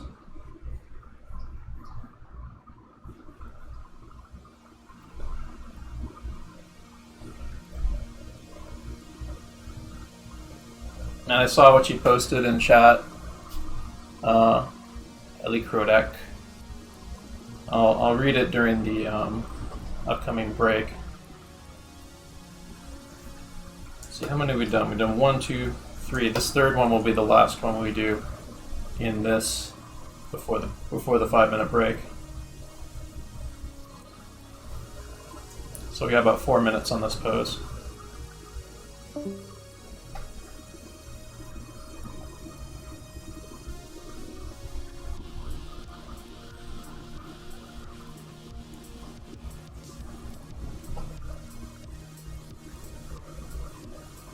always be checking, like, use the head as a unit of measurement, use parts of the bodies as units of measurement to check your proportions. So like, let's see here.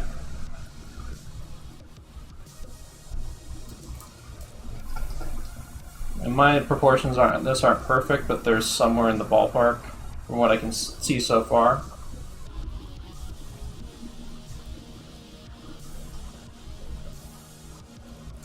I'm doing a lot of petting the line, which is like this kind of thing, which I actually want to start avoiding.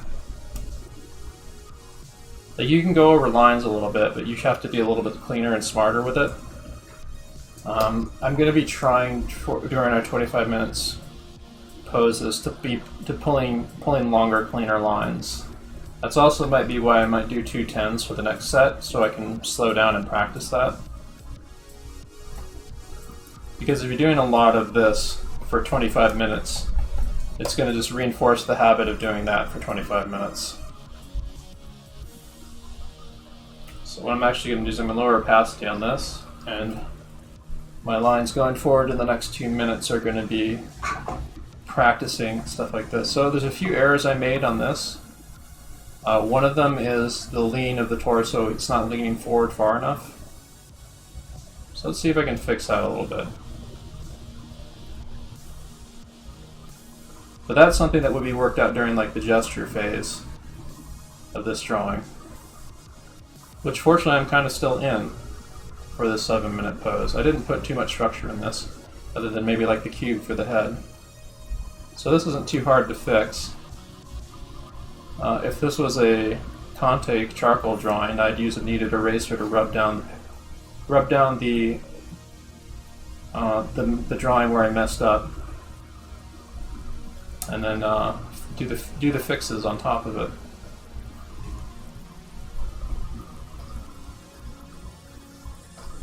And that's why you want to use a light touch. So when you do make mistakes, you can fix them, and it's not the end of the world. If you use a darker line, it's going to be harder to erase it when you're working traditionally. When you're working digitally, you have a lot more freedom to do that, but I'm trying to work from digital in a way that's very similar to how I work traditionally right now. I'm trying to avoid using like Control Z, and I'm trying to use a light touch with a tool that gives me a light touch.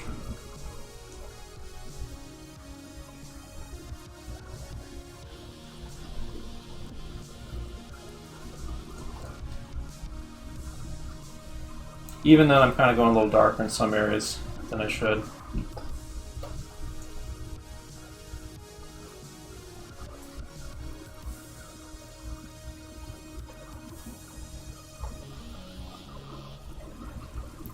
So I am starting to feel that slow down and think mentality starting to come into play a little more here. I'm doing that. Alright, so I'll pause it on this one, but we are on a break right now for 5 minutes. Okay, Google, set timer. Okay, Google, how much time left on timer? It looks like you don't have any timers set at the moment. That's fine. I know we just did 3 of these, so okay, Google, set timer for 5 minutes. Okay, Google, set timer for 5 minutes. 5 minutes, and that's starting now. Do I play Team Fortress 2? I used to, and I might go back to it.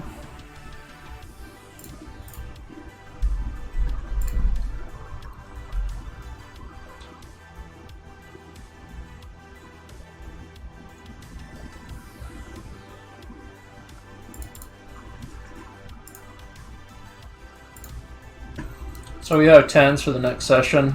I'm just going to put that on. That'll be the first one we do for the 10s. I'm going to have us do 2 10s.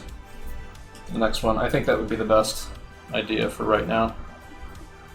And then we will do 2 sessions of 25-minute poses. 20 or 25-minute.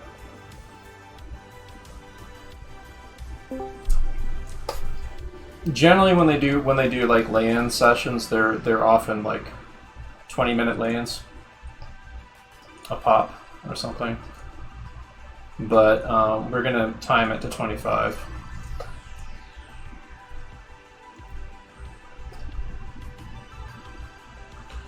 Yeah, I'm starting to move in the right direction. I still don't think I got the torso lean right, but that's like the kind of thing that if you're doing a 25-minute pose, you can really slow down and pay attention. Like literally, I would spend the whole 25 minutes adjusting, erasing, and correcting this to get it right.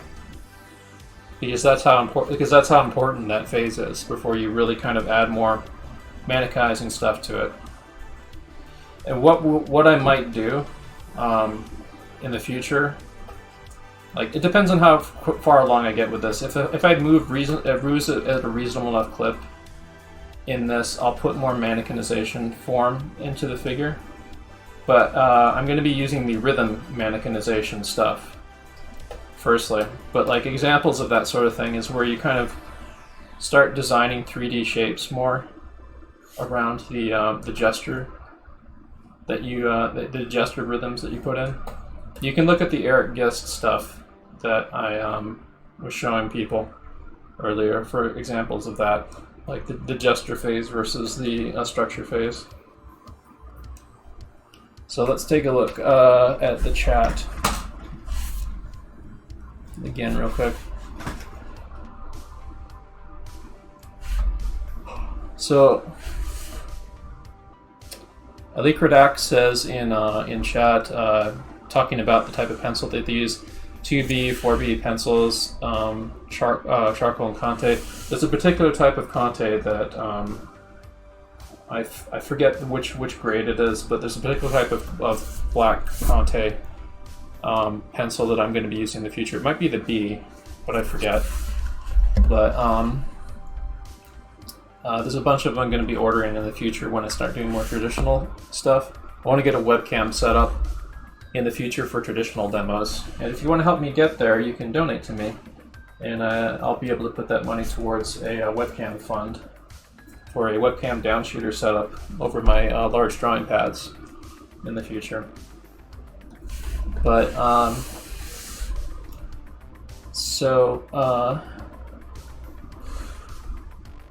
Ali Krodak was talking about the first lesson of figure drawing class at the Art Academy University. Talking about the materials, the charcoal and the Conte 2B and 4B pencils they use. They said, yeah, I'm just starting the first module. We work on large newsprint 18 by 24. Yep, same here. We use charcoal and Conte that is sharpened and sanded to a point. Yes, I do too. I'm going to be doing that as well. I might actually do demonstrations of how to shave and taper the pencil too. We hold our tool on the side, and yeah, that's right. You hold it on the side. You hold it on the side of your pencil. That's harder to do with a digital pencil, with digital pen. There are some alternate versions of the digital pencil that you do that a bit, but yeah. We hold our tool on the side. We draw loosely using our shoulder blade, shoulder blade, as you said, because for figure drawing, you want the lines to not be monotonous or stiff, but have flow and illusion of movement. Yeah, and also you pull steadier, straighter lines in addition to those flowy, curvy lines if you're drawing from your shoulder, because like your wrist is going to shake otherwise. And they also mention, or The Illusion of Life, as I think Frank Thomas and Ollie Johnston would put it. Illusion of Life is a book by Disney animators Frank Thomas and Ollie Johnston that I strongly recommend people pick up. It's a fantastic book that you'll get a lot out of. You can read for years and years and years, and there's just so much amazing stuff in there about the process of character animation at Disney. Okay, Google, stop. 55 lovely viewers. I'm amazed that we have this many people this far into this. We are at the halfway point right now. We have another 3 sit-down sessions of drawings, and the first one is going to be starting shortly. We're going to be starting with this 10-minute drawing here. So we're going to be doing a set of 2 10s for 20 minutes. Okay, Google, set timer for 20 minutes. Sure, 20 minutes, and that's starting now. And after that, we're going to do 2 25s. I originally wanted to do 3 25s. but I think that this is going to be much more effective. So even though these are 20 minutes, we're going to be plotting out them a little bit closer to how we would do a 20-minute pose. So I want you to mark the top and bottoms of your page, like eyeball it a bit. If you have a little ruler measuring device or something, you can also use that a little bit too, like this. Mark the top and bottoms of your drawing area, roughly like where his like foot in the front here is going to be like somewhere over here. That's where the bottom of my pose is, basically. So his other foot is going to be like probably about like that high up from the center line. So then you want to get both the x and y axis here. So you want to get about like halfway in this, kind of eyeball halfway, or use a measuring device to find halfway. It doesn't have to be perfect, but it has to be like close. So my halfway point is somewhere around, I want to say here. No, it's actually more about here. But you can take some time to adjust it and work it out. Because unless you measure things, like your eyes are going to lie to you a little bit. So let's like maybe really test this out. Use a digital drawing tool right here to measure this. That's pretty close. So I'm gonna go with that. And I'm gonna keep this little line around here as like a little unit of measurement for the halfway point.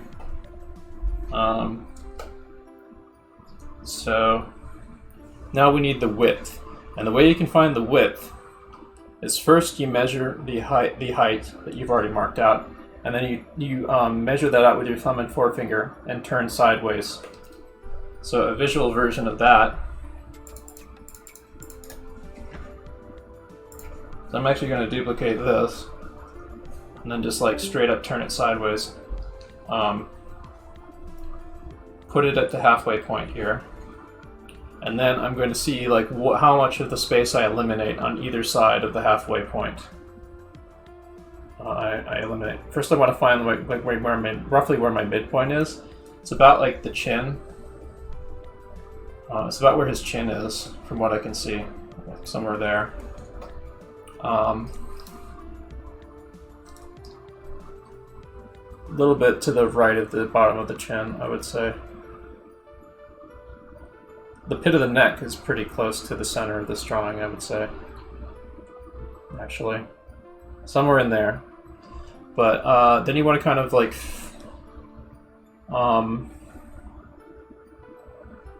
you want to measure like the height in relation to the width. So from what I can gauge, it's somewhere around here. I'll adjust this as I go. So this is a quick sketch. This is not a 25-minute drawing, so I'm going to jump into drawing now just to see what I got wrong and what's going wrong. What's potentially going wrong with this.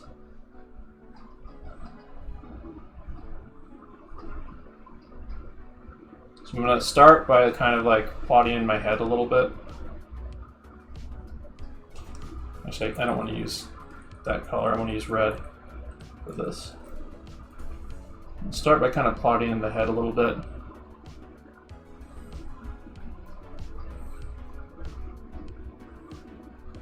You can close one eye to help you like simplify processing the visual information too. Like, I mean, monocular vision doesn't really matter as much for looking at a 2D image, but it can kind of help you track the forms a little easier if you're viewing through one eye. Track the measurements a little easier if you're looking at through one eye. So closing one eye is a good idea, even on a 2D model. I'm doing a little bit of that too, and it's a good habit to get into for when you do live figure poses. Closing one eye and like tracking stuff, checking measurements. So let's see here. So So the halfway point of the pose is about here, and it's about like where the bottom of his belly is, from what I can see. Yeah, like the bottom of his belly, from where he's sitting there, is about there. So I'm going to try to adjust this to reflect that a bit. But this is a quick sketch, and I only have about 4 minutes left, so I'm going to have to speed up a little bit. In a 25-minute pose, I'd have more time to work this out. So I'm going to kind of speed ahead with what I've got so far.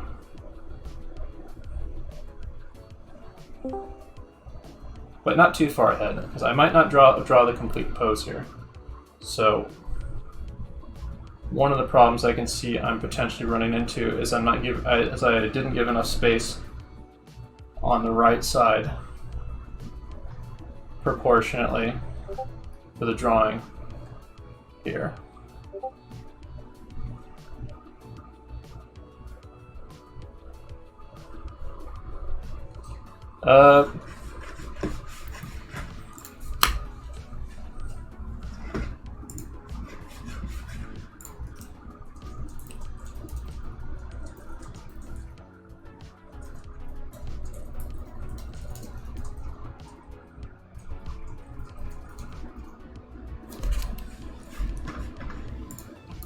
And I got a DM from someone that says they're arriving a little late who wanted to participate.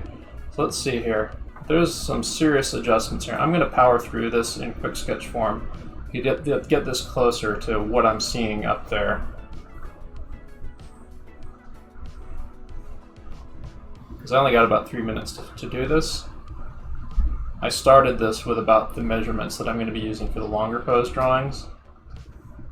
But there are some problems that I would normally slow down to solve more that I can see I'm running into a bit.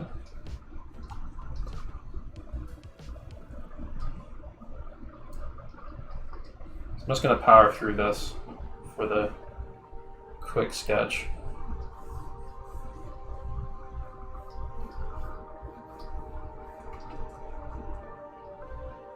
The back of his heel is actually the furthest point of the drawing.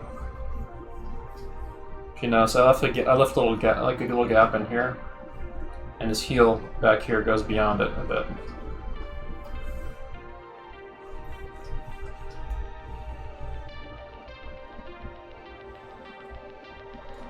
So the box that he's sitting on is about here.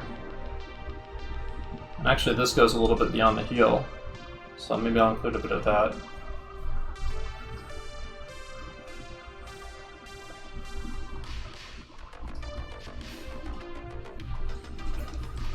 Actually, I won't do that. So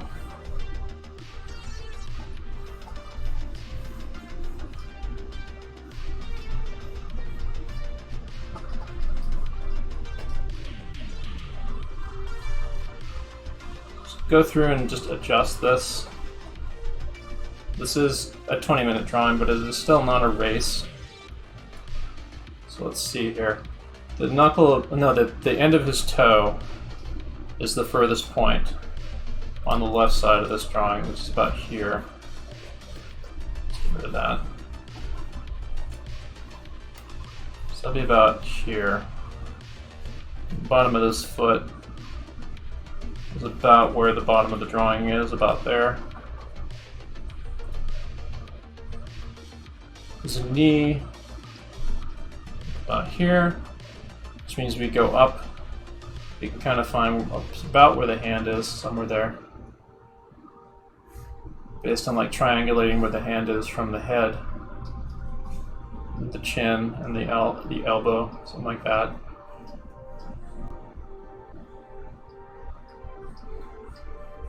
Try to find something approximating the angle of the shoulder there.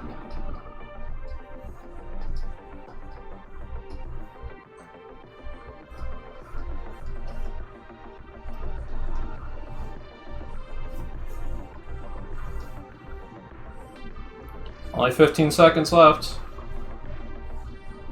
I made a lot of errors in this. That's fine. So I'm still getting keyed into what I'm going to be doing during the 25-minute poses. Alright, so to this guy, oh wait, no, we're not gonna use this guy. Use this guy. Let's move this guy off the frame a bit.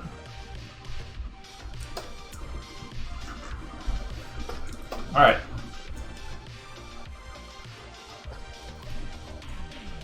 So for this one, I'm going to mark about the bottom and the top of the pose area.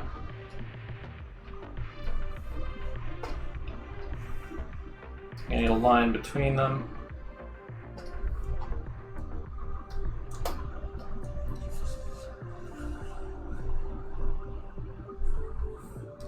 Let's see, how much space do I have and where is the halfway point?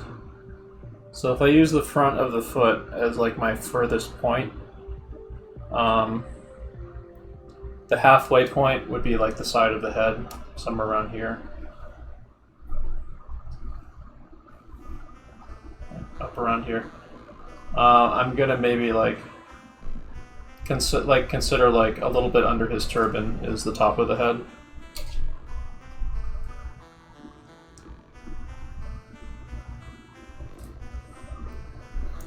His foot on the left is about here-ish, a little bit further up, and close to the center line there.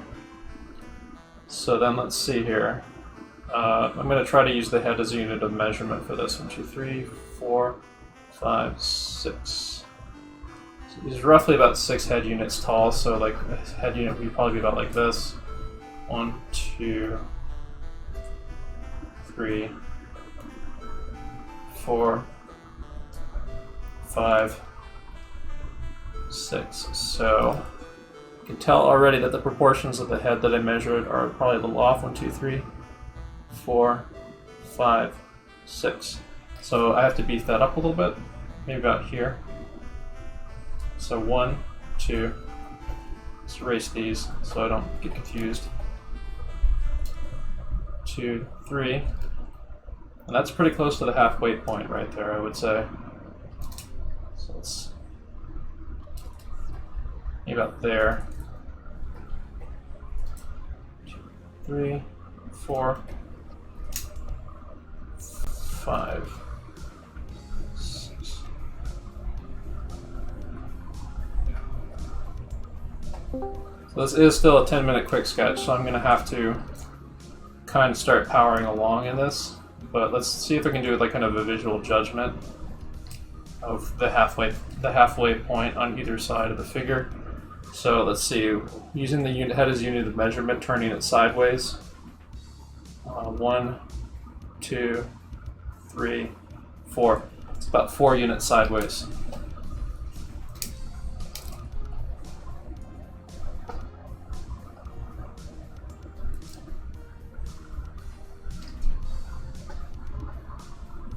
About that.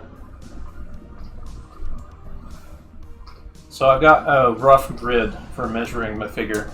So now I'm going to do basically what amounts to a 7-minute quick sketch using this as a grid guide.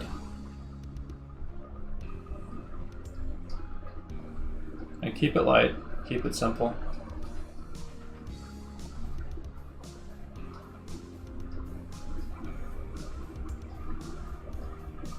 Head might be a little thick.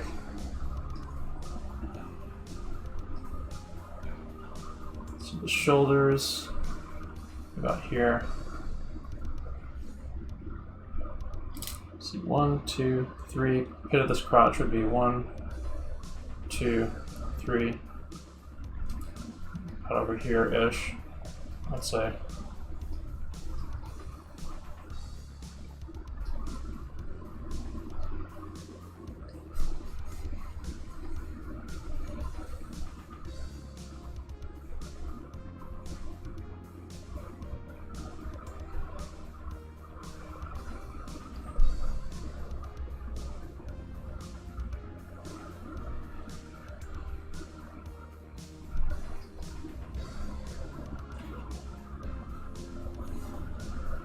Let's see here. Something's like a little off to me, so maybe it's because I made the torso too thick.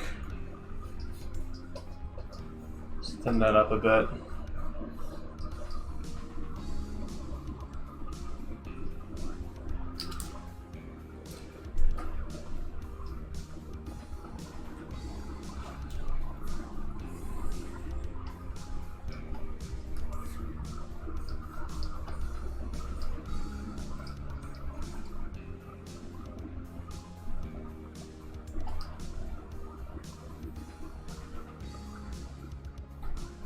So his right hand's a little bit below the halfway line there.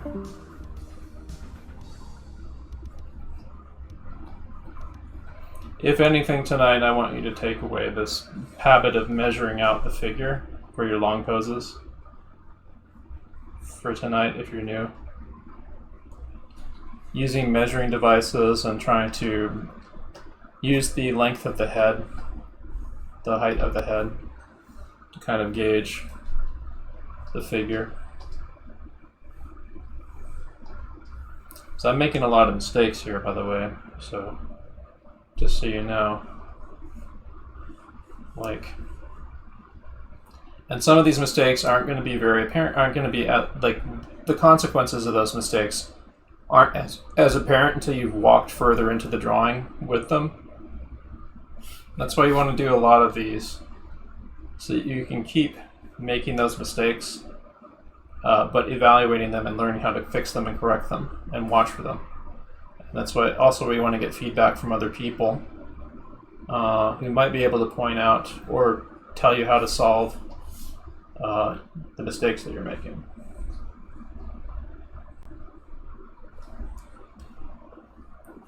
You can't get good feedback unless you are making an effort and giving it your all with what you're able to do currently.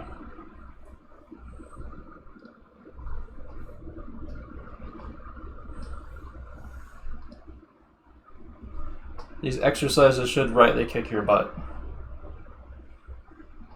to a certain extent.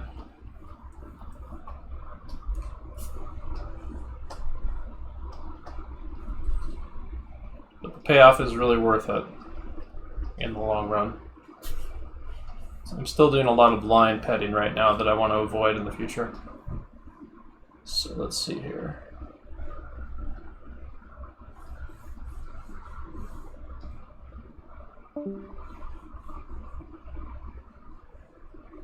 So the bottom of his foot is about here-ish from that angle, I think.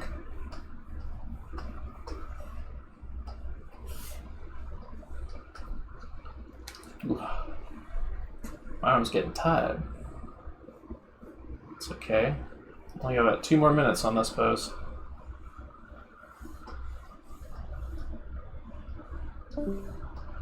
Some of this is actually an arm dexterity thing. I'm gonna have to, like, the amount of control I have to exercise to get cleaner lines in this is also a thing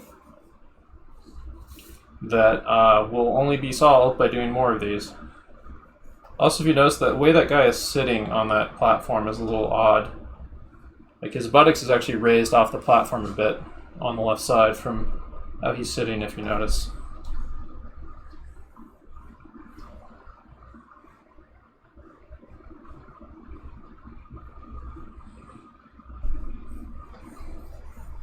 So you can do stuff kind of like what I'm doing just now, like where you can kind of use the side of like that hand, for example, to kind of figure out, like, because if you notice, like the side of the knuckle kind of connects almost like in a line down to the where the kneecap is there. So I originally meant to have the foot be the end point here, but I'm kind of seeing that I need to extend it a little bit beyond that measurement. Sometimes your measurements are going to be off, and you kind of have to roll with a mistake. Sometimes you do need to go back and fix it.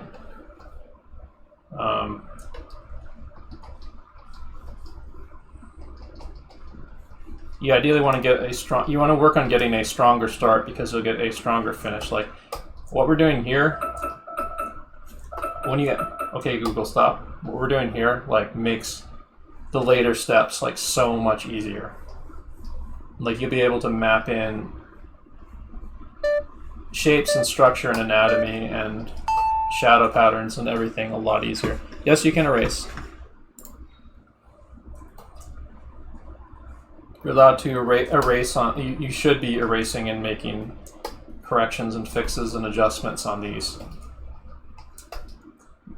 This is different than the quick sketch exercises where you want to commit to lines more. On this one, you want to hopefully try to make smart decisions so you're not drawing as sketchy and petting the lines as much as I am right now. But you're allowed to erase. Like for this, I would, if I was like working in traditionally, I might rub this down with a kneaded eraser and then I'd go back over with simpler lines, kind of fixing some of my errors or embellishing things where I think it needs fixing or whatever. Like here, I didn't include that stick he was holding, for example.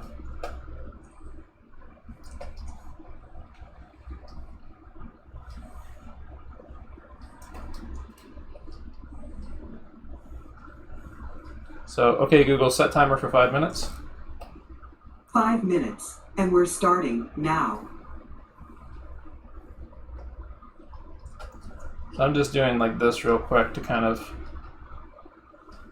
reinforce the idea in my head through muscle memory that I should not be petting the lines, that I should be thinking in terms of broad strokes. When you're not feeling confident in your drawing, you will often fall back on habits like petting the line, like what I'm doing, and that's a habit you kind of want to avoid. It's one thing to sketch things out. It's another to pet the line excessively, which is like spinning your wheels unproductively. It's like it's anxiety on a page when that's happening. And part of doing exercises like this is to and the quick sketch exercises also help with that too, because you don't have any time to be anxious. With quick sketches, you got to bang them out really fast in a lot of cases.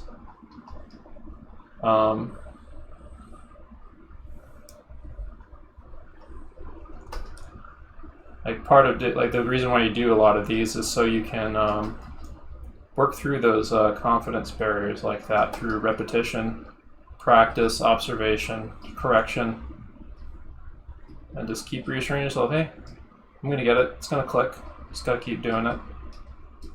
Just pay attention to what I'm doing wrong and try to keep fixing it. Petting the line is something I need to work on, and it's a bad habit that I've got to unravel over time. That's something I hope that you guys in here will try to avoid in the future.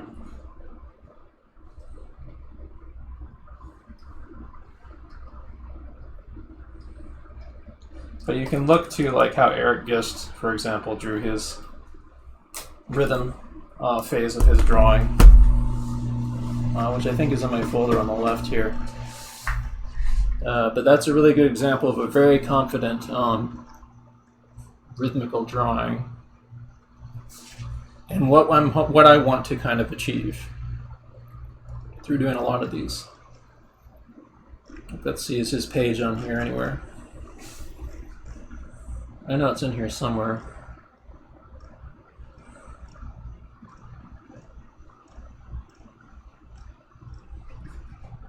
I think I might have to refresh it. Let's see here.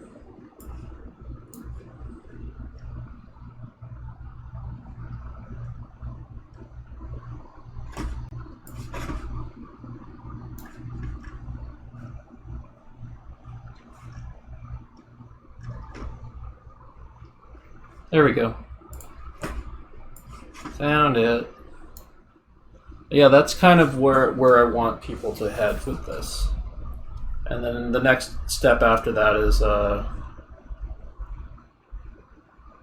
is like this. And that.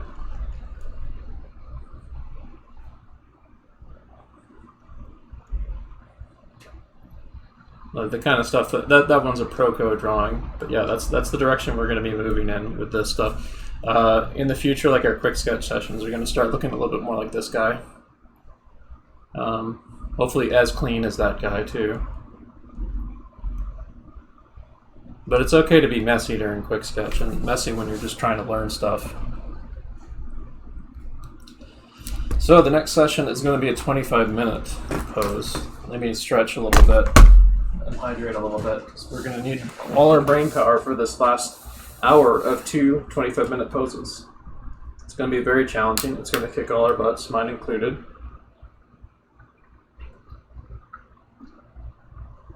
And we want that. This is not easy to do, and we want that artwork out. And we want to do more of these going forward. Like future figure drawing classes are going to be very, very much like in this vein of the 20 to 25-minute poses. So I'm going to look through our figure poses and see if there's any suitable ones for the next 25 minutes that we're going to do. I think we should do this one. The reason why I want us to do this one is look at this. You can see, okay Google, stop, look down below here. You see that? Like, a lot of this stuff here is unworked up areas where you can see the rhythm sketches underneath, where they were plotting out the rhythms of the pose. And you can see, look, they measured off right there where the top and bottom of the pose was. They also even put a little bit kind of like, they used the feet as kind of like a ground plane sort of thing. And you can see they used the rhythm of the back here to kind of find where the head was, or vice versa.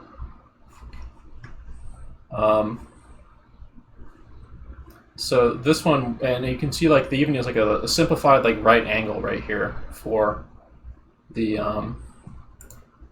elbow joint right there on the screen. So we're going to use this one as our first 25-minute pose, and we're going to do 2 of these. So okay Google, set timer for 25 minutes. 25 minutes, and that's starting now. Here we go. So just take a deep breath. This is not a race. Take a good time. Let's maybe take some time to kind of really peep what you're going to draw and come up with a plan of attack. You might do like a quick sketch of this guy. In fact, I'm going to maybe do that a little bit right now. I'm going to just do I'm going to do like a quick little, super quick study. Maybe burn a minute or two, kind of feeling out the pose a little bit.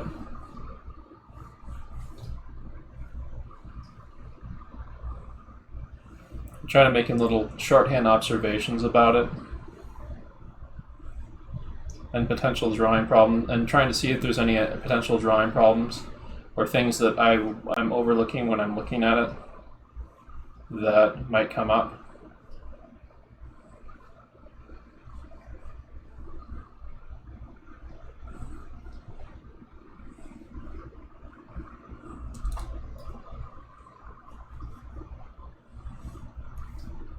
But yeah, you can use quick sketch basically as a tool that's kind of like thumbnailing for working out poses like these.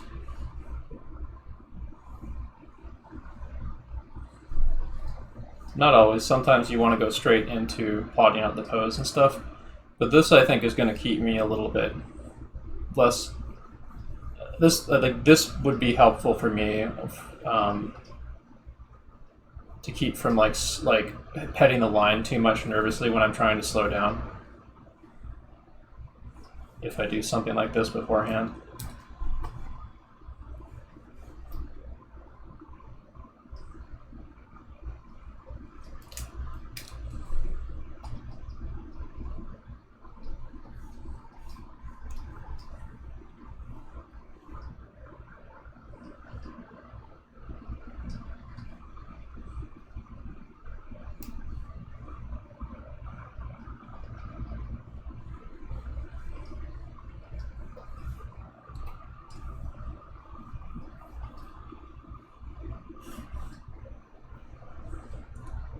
So that's not too bad of a quick sketch for study of this guy.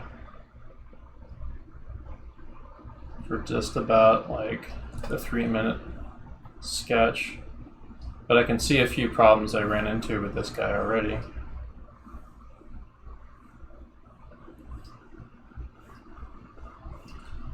But there's bits and pieces that I got from this that I'll be able to pick up on for the long pose.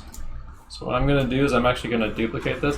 What you'll often do in traditional drawing, if you're going to do something like this beforehand, is you might like do one of these and then tear off the page where you did the little quick sketch and like put it up in the corner somewhere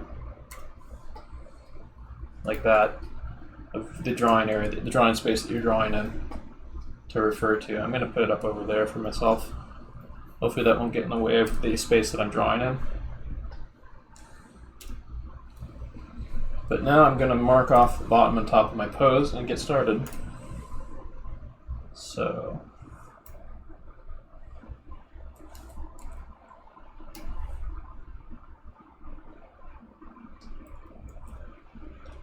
just about here.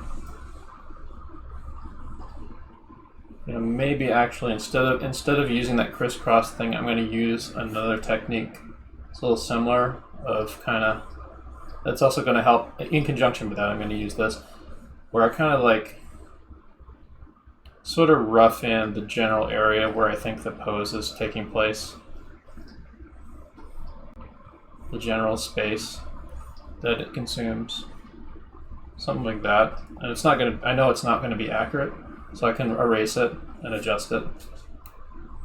So that you want to do something like that super light. Let's see, I got a halfway point down there. Let's see if I can guesstimate about where the center point is. I want to say about here-ish. But let's see. 1, 2, 3, 4, 5. The entire pose is about 5 heads high. So I'm going to have to make some serious guess. 1, 2, 3, 4, 5 heads high. 1, 2, 3, 4. 1, 2, 3, 4, 5. Yeah, it's about 5 heads. Okay. So that means my judgment is going to be quite a bit different. 2, 3. Should be about here then. 1, 2, 3.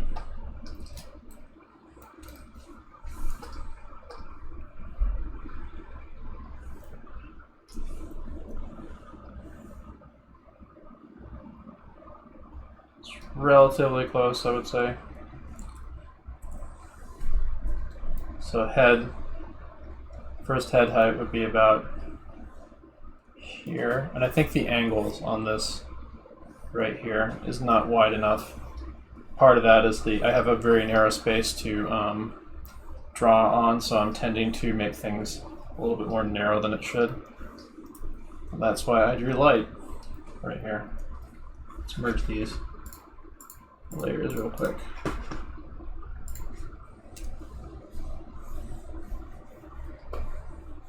So let's see how many heads wide the drawing is. 1, 2, 3. So 1, 2, 3. That's pretty close to what I got actually. So I'll mark off the end point about here-ish. And the end point on the other side is about here-ish. Something like that. His actual knee is going to be a little bit more here. The front of his foot is going to be about there.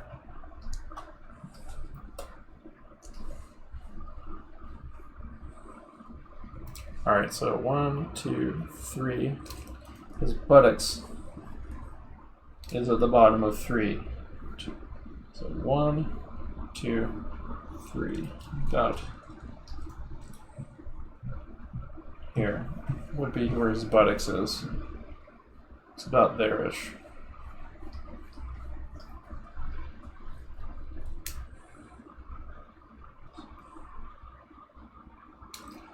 His head, his actual head, is about, occupies this kind of space here.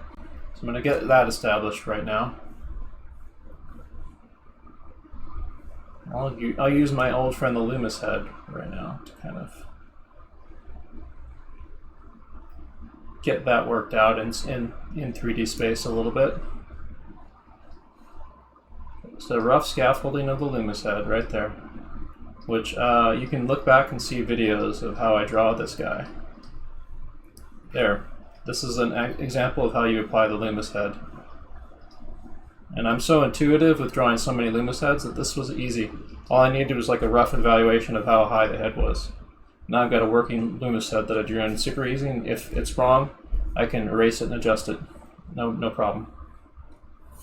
So, working off the back rhythm, the rhythm of the back here,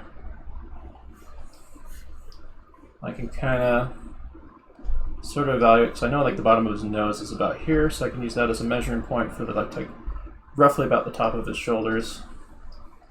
There. Then like I drop down from here from his nose to about there.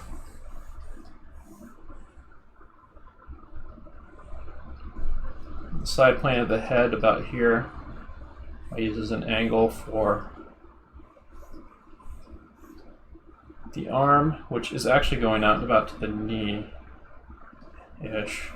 in terms of how it angles a bit.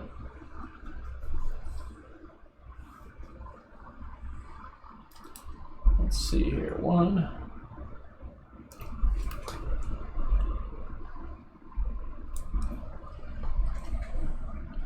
So the position of his knee is about here. It's about like one head unit turned sideways with a little bit more right there. Position of the knee is somewhere about there. And let's see here, 1, 2, 3. Elbows about here-ish.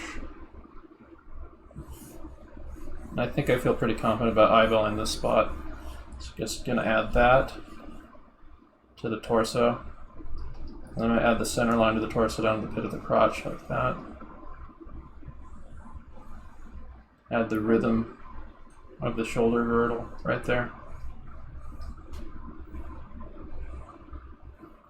Oh, I kind of just realized I sort of messed up something that I'm probably going to have to adjust. The pit of the neck should not be there. Pit of the neck.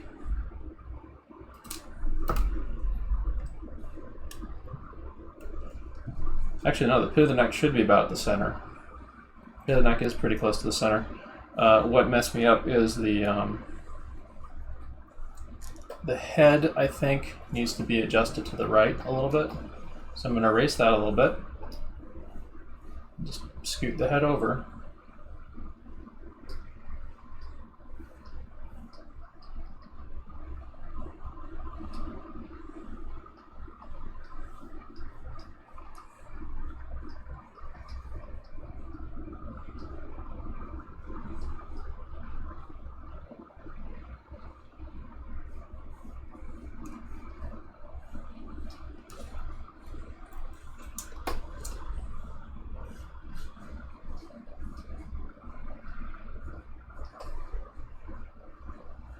There we go. A little bit less confident in that head because I kind of had to do some quickie adjustments, but I can fix that. That's closer to what's actually happening up there now.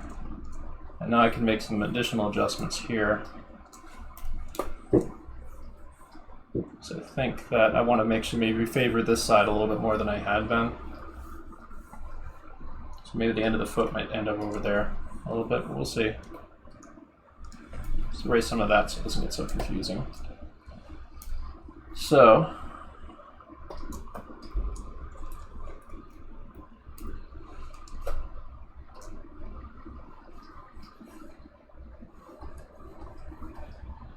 bottom of the shoulder goes about there. The insertion of the arm is happening about there, so I'm going to put this to kind of plot in where the deltoid is a little bit.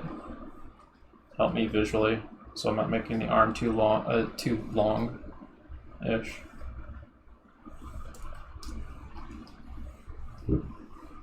Come across here, and I want to maybe pay attention to this negative space area because there is that curve that's happening about here, but there's a change of direction here for the lower part of the torso.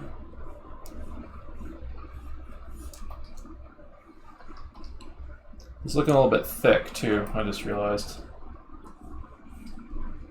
So I'll have to make some adjustments on that. Maybe more like, let's measure it actually. Yeah, that's about right. So I think the back end of him might be getting a little thick. I think what's happening is his lean isn't curving quite right, but his buttocks is in the right spot, but the lean isn't curving quite right in the back.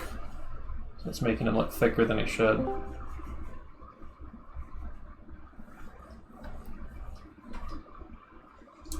Alright, so I can play off of this rhythm right here for the leg, which is going to extend the foot down a little past here.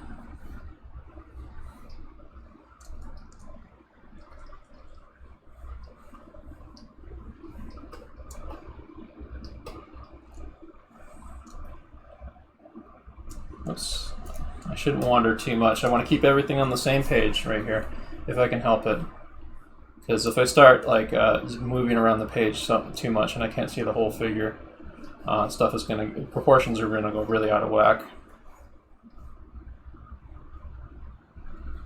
That's an inherent shortcoming of a digital drawing, by the way.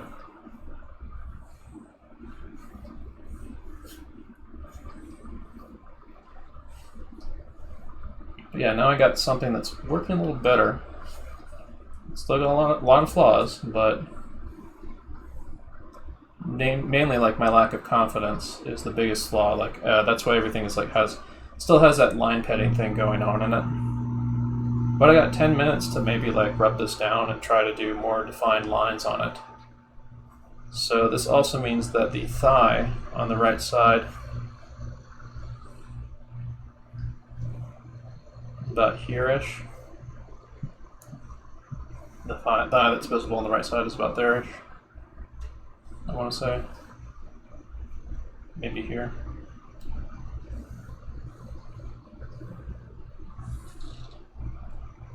I don't know who the artist is, but it's one of the Russian Figure Academy student or instructor pieces.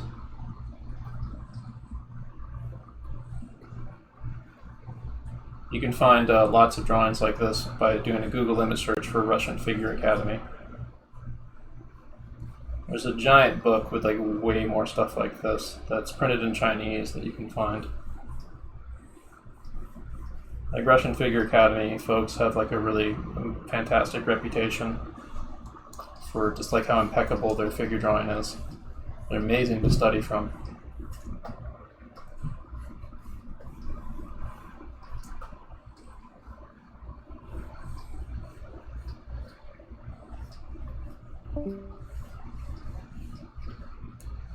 And like I said, I chose this one because this one has the rhythm line.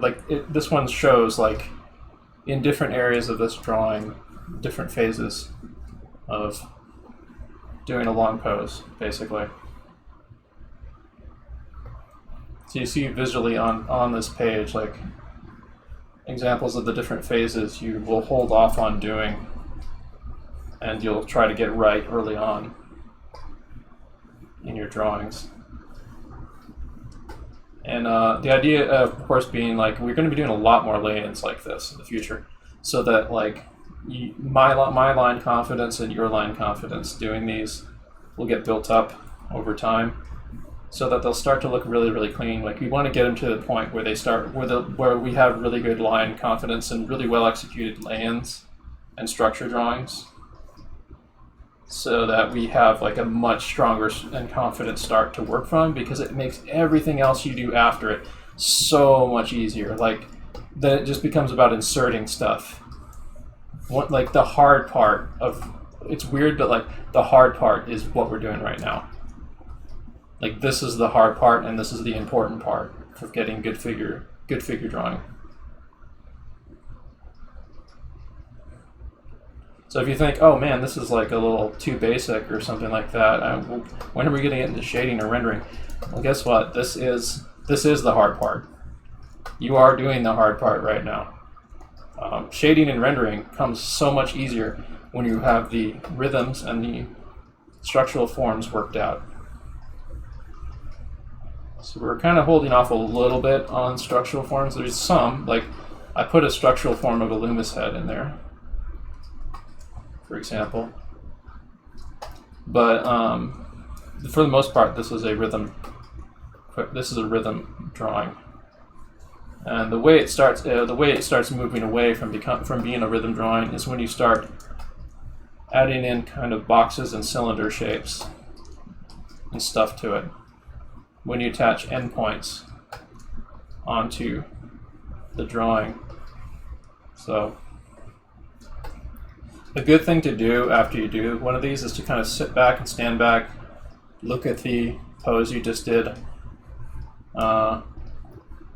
compare, like see what you did right and wrong, kind of stand back from it, and so on, and see if there's anything that looks really out of whack.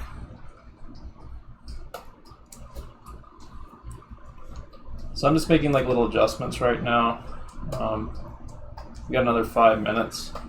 So maybe I'm feeling pretty confident that I might start inserting some more shapes into this. Like I'm going to kind of make a egg shape in here for the rib cage a little bit. I'm going to try to look for opportunities to insert some more structural forms in this.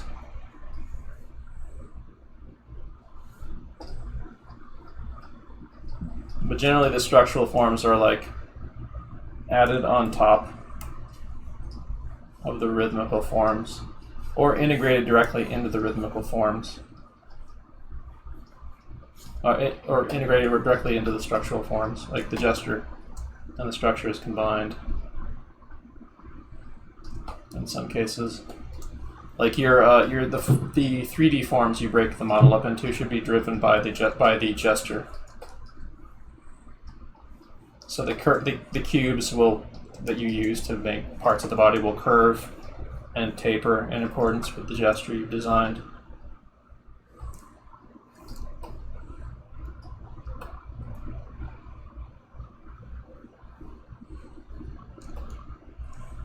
So I think there's a mistake I made here about the angle of the arm.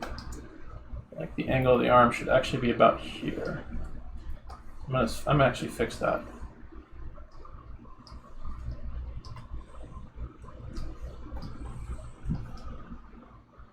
This is an example of why you don't want to overdraw at this phase, because then you have to erase. That was a kind of a nice little quick drawing of a hand that didn't look too terrible, but I did it quickly. But nevertheless, I had to erase it because I made a mistake, and I'm having to fix the mistake now. That means I got to erase and fix.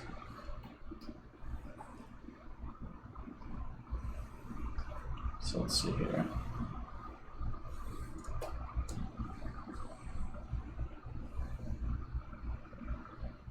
Ooh. So down here, down here, down here.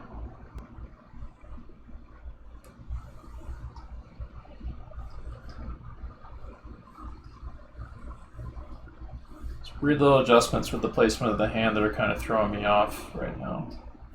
So let's see if I can solve those in the 3 minutes I have left.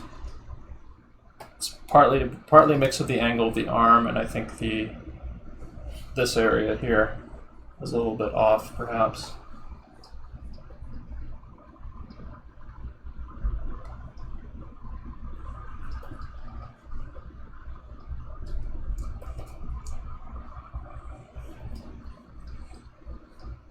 So like pit of his crotch is about there, thighs about there. I think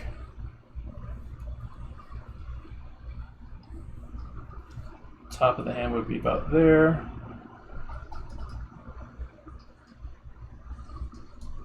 Knuckles are about there.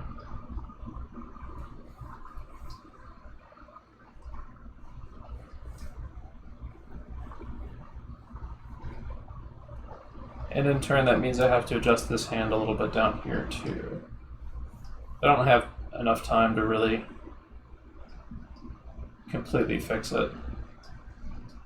So I only got about 3 minutes, 2 minutes actually. Well, I'm gonna try to do my best. This is like one of those mistakes that like the next time I go back to something like this, I will want to catch. And that also means that the angle of this arm needs to be fixed a little bit.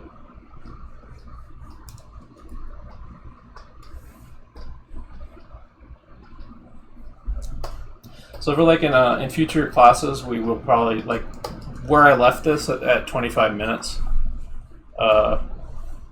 Or was this 20 minutes? This was 20 minutes, wasn't it? No, it was 25. Where I left this at 25 minutes, I would just come back to it in the next session and keep fixing it.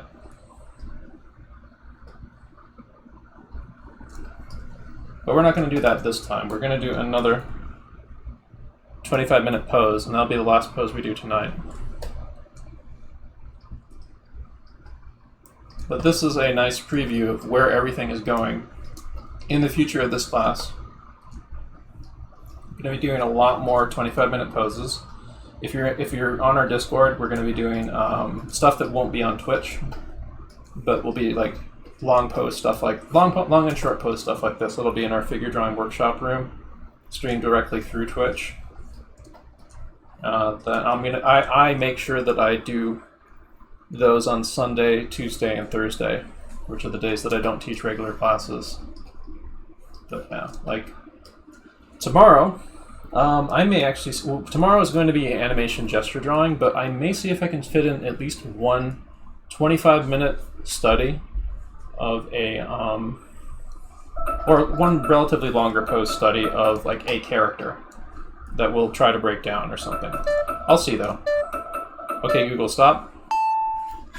Alright, so I'll pause it on this guy right here, so maybe you can make little adjustments and stuff during the break or whatever, but okay, Google, set timer 5 minutes. 5 minutes, starting now. So that felt pretty good. I think for me, like these are great, the Russian Figure Academy poses are great to practice from, but one of the things I'm going to be doing this week is I'm going to be trying to gather like a really good folder of figure poses that we can use. If they're nudes, I'm going to have to figure out how to cover up the parts of the naughty bits of the body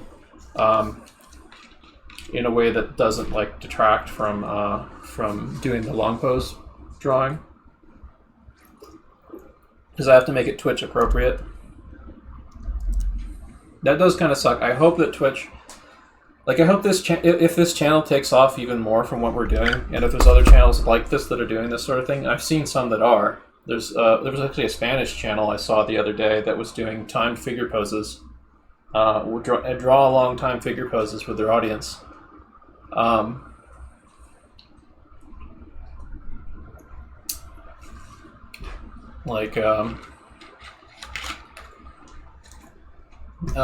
hope that we are able to communicate with Twitch about setting up some kind of a thing that lets us use art nudes for studies.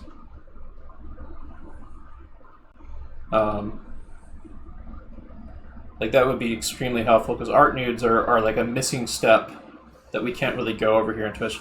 So now that I've kind of sitting back from my pose, I'm kind of like shifting my eyes back and forth between what I was, now that I've got now that I'm a few steps removed from what I was drawing, and I can sit down with my hands folded, looking at it, I can shift my eyes back and forth between what we drew and what I drew.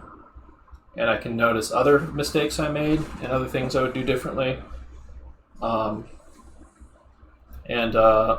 things that I did do correct, and things that I did do correctly that did help me things that didn't help me, things I might do differently, and so on. How do you find these libraries? I don't. I Google image search a lot. I've just gotten better at finding suitable images over time, and I yoink them from Pinterest and Google image search.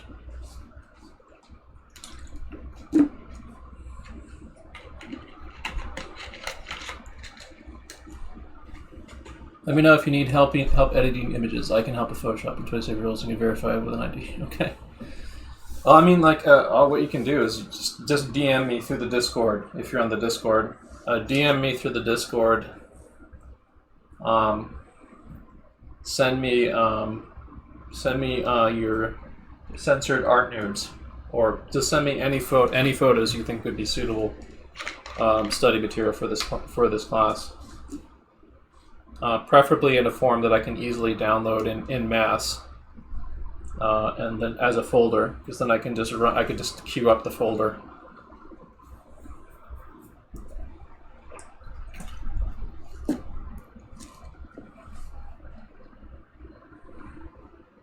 Yeah, we do gesture studies. My gesture drawing classes are on Wednesday and Saturday, and we did some gesture drawings to warm up. What you're seeing on screen is also a gesture drawing, but I do gesture quick sketch on Wednesday and Saturday.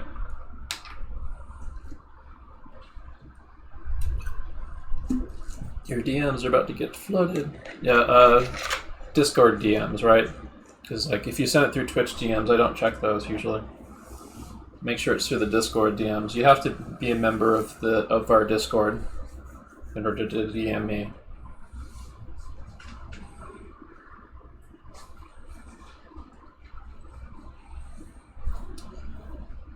There's a few people that kept asking if I would do critiques of people's work. Not right now, but in the future, yes. I'm holding off on doing critique because I'm trying to figure out a format that will work good for that. Because like I'm doing a lot of like my art mileage and growing right now, and I feel like the stage I'm at right now, I'm not in the best form to give measured critiques. But I'll try to figure out some way of inserting it. Maybe I can, like, in the future during these classes, I can do critiques of people's work for like a half hour or something after the class, and I'd give like priorities to subs and patrons and stuff. Subs, patrons, and donators. Okay, Google, stop. So if you excuse me for a moment, I'm going to hit the restroom real fast, and then we're going to start a 25-minute pose. I'll maybe like bring on screen the pose that we're going to use and pause it, just so we know where we're going to start. Let's see, I think we used that guy previously, didn't we, for a quick sketch? That is a really good one right there. That one is an excellent one. Let's go through.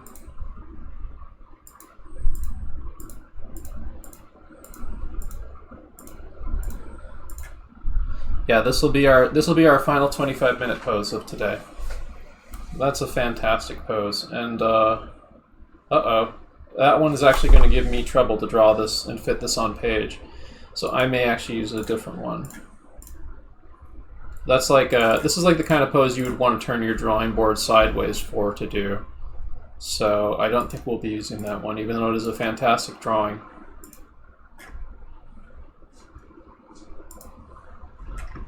Let's see if I can find other poses in the other Russian Figure Academy folder I have.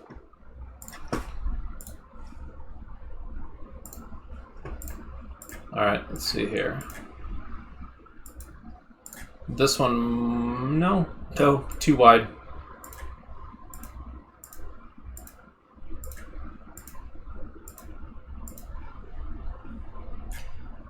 Or we could try a photograph. But I really want to be like choosy about our final pose. This one might be a good one, actually. Yeah, we'll use this guy. This guy you can really clearly make out like the planes of his face and stuff pretty easy. And like the way the artist drew him, you can make out the planes of the figure. So we'll use this guy for our final pose today. I'm going to pause him. I'm going to hit the restroom. You can maybe do a quick sketch to warm up on this guy, but I would save the main drawing for when we start the session. Remember to measure out. We're practicing good measuring habits with this session.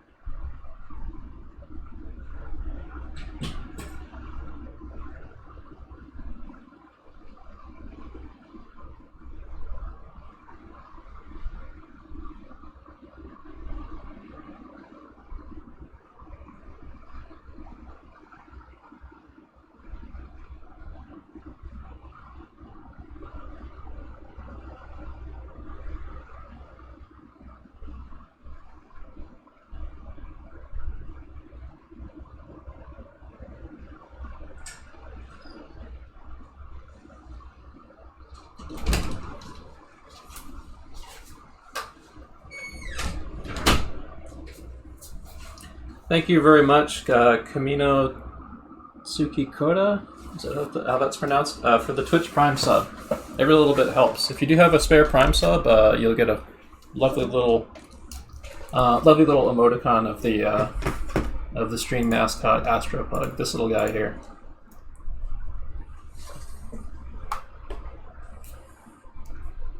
But yeah. I'm going to start the timer in a second. I'm going to do the same thing I did last time, which is I'm going to do a quick sketch of the figure before I do the full figure, which is a good way to start things. Okay, Google, set timer for 25 minutes. 25 minutes, starting now. So essentially I'm doing almost like a 5-minute quick sketch and then a 20-minute lay-in. And 20 minutes is usually the time that you go for lay-ins, for your first pass at a lay-in anyway. So I'm going to kind of like use a side plane of a Loomis head, get that head established in there a little bit.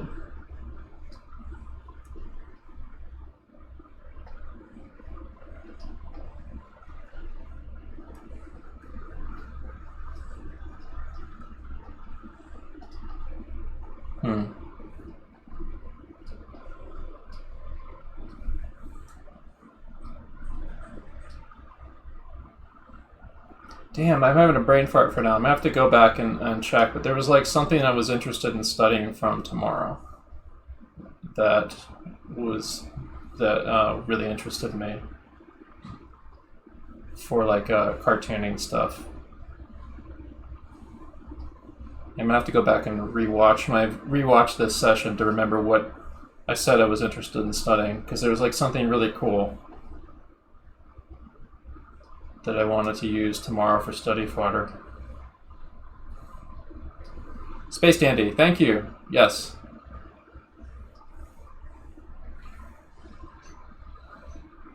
Yeah, I should definitely do that. If I can, but I'll yoink a bunch of, what I'm going to do is I'm going to yoink a ton of like Space Dandy model sheets and other stuff for tomorrow. But that will be the 2:30 class.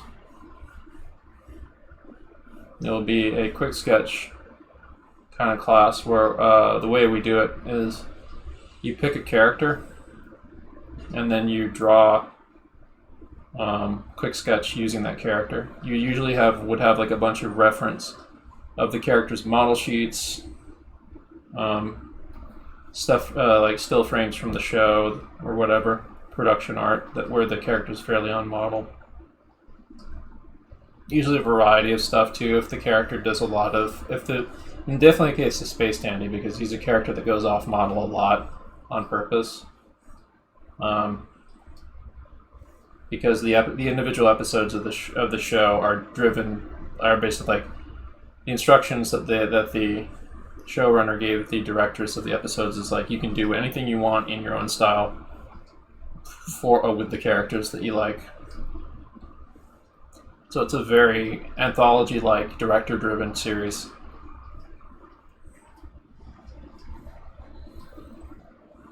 So there's a lot of room to play with Space Dandy, but he does have some like particular elements of consistency to him.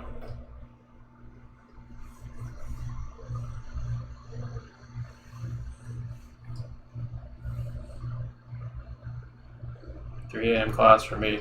Yeah, well, you can always rewatch it on my YouTube when it gets uploaded later. And like I said, watching it on YouTube rewatching my classes on YouTube and subscribing to me on YouTube will help me out. Eventually, like I need it. Like I said, I need that certain quota of hours of viewership hours watched on my YouTube before my YouTube videos get monetized.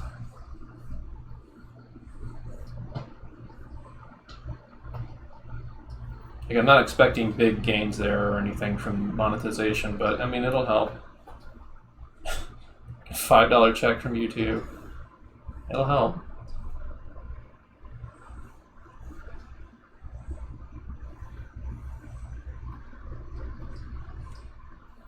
So yeah, this is just a quick sketch. I'm making like I should have set some rules for myself. I kind of went on autopilot because I was talking about Space Dandy.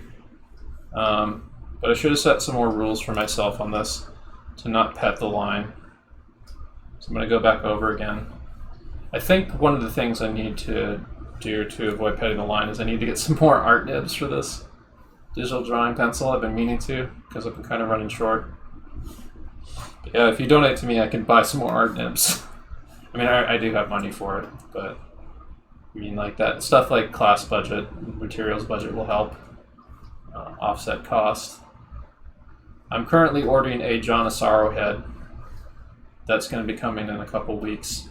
Hopefully it'll arrive in time for the Asaro head class. If it doesn't, we will just proceed as normal with the Asaro head stuff. And then when it arrives in the mail, I'm going to do some special workshops or special editions of the head drawing class where we just draw tons of Asaro heads, 25-minute poses, different lighting angles and stuff, using photographs from the Asaro head, the physical Asaro head that I have. And I'll be drawing from, I'm going to try to set up some kind of a light box thing on my desk with a webcam maybe. Or I can like photograph them beforehand, and then we use the photographs that I took, and then I just set up the thing at roughly about the same angle to draw from on my end. So I got my quick sketch. I'm gonna duplicate this and toss that up in the corner there. Also, a reminder, if you subscribe to my Patreon, you can get all my class demos and the PSD files for $1 tier for the high quality images of the class demos, and a $5 tier to get the original PSD and Clip Studio files. Alright, so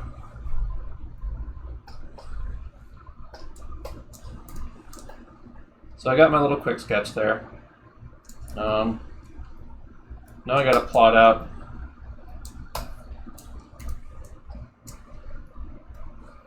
my drawing. So I'm going to shrink that a little bit more, so it's not in the way, but I can kind of see it. So I got that up in the upper right. That's good enough.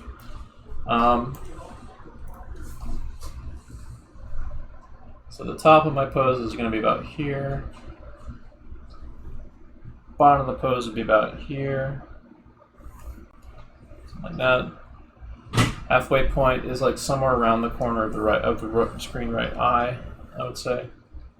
A little bit beyond that. Let's get a halfway line somewhere in there.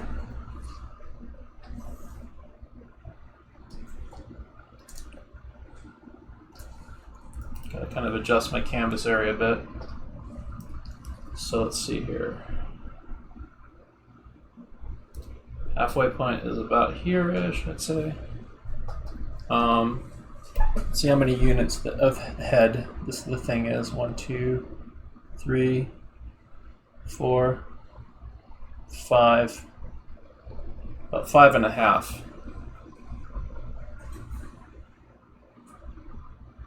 So 1, 2, 3, 4, 5, 5.5. So maybe guesstimate this. 1, 2, 3, 4, 5, 6.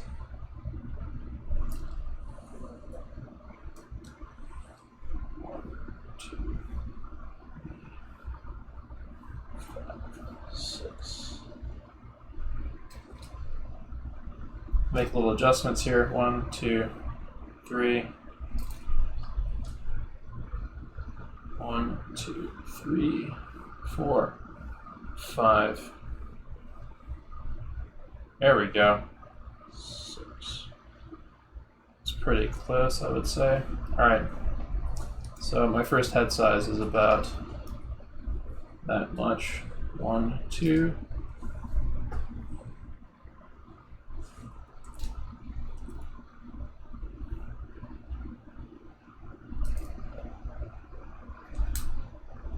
Four.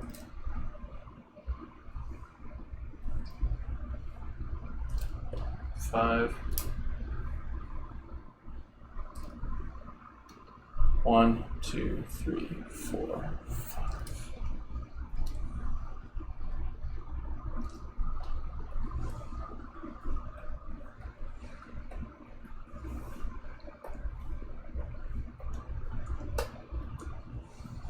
There we go. So got a rough estimate about where the head is.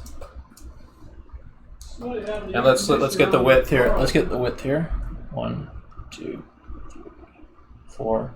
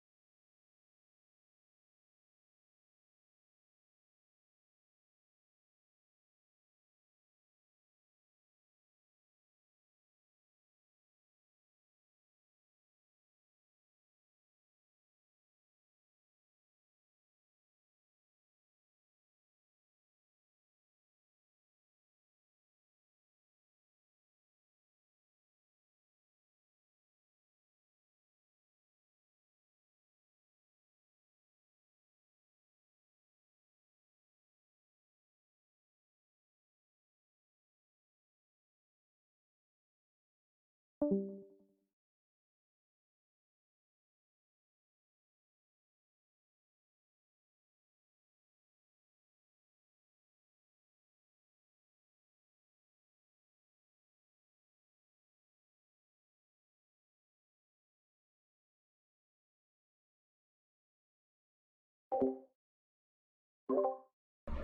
sorry.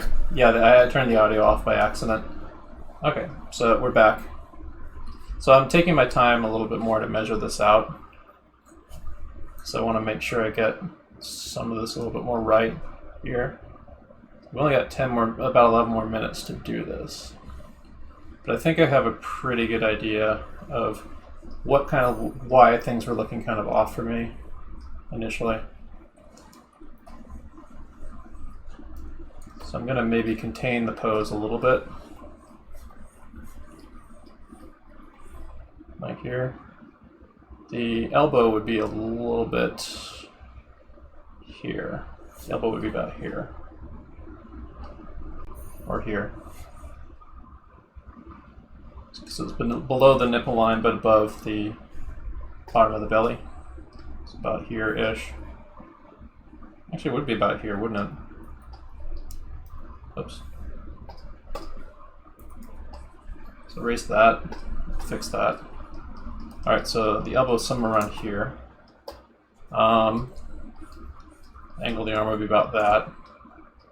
But I need to establish the exterior of the pose a little bit more. So let's see here. Something like this. Then the thigh from the bottom of the belly goes up about like this.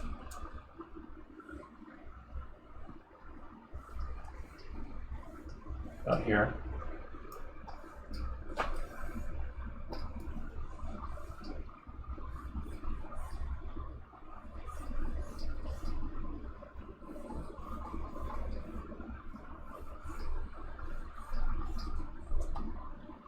Kind of overdrawing that part right now. So I'll pull back and get the rest of the exterior of the pose in. The containment area where I'm going to place the pose.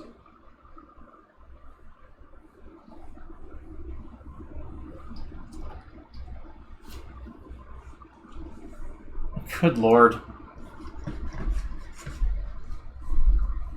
We got an advertiser in the stream. I'm sorry. That's kind of uncalled for in this chat. If I wasn't busy right now, I'd probably ban that person from the chat for advertisement.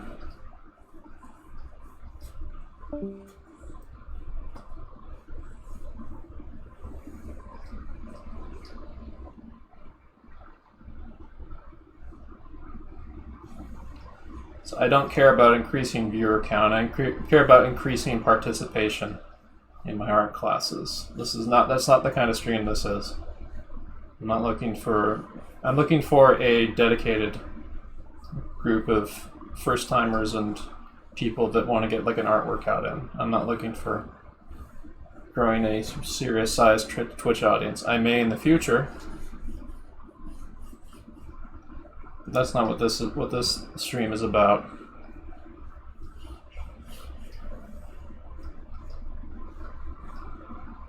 I'm looking for people who take this pretty seriously, and inherently that means I'm probably not going to get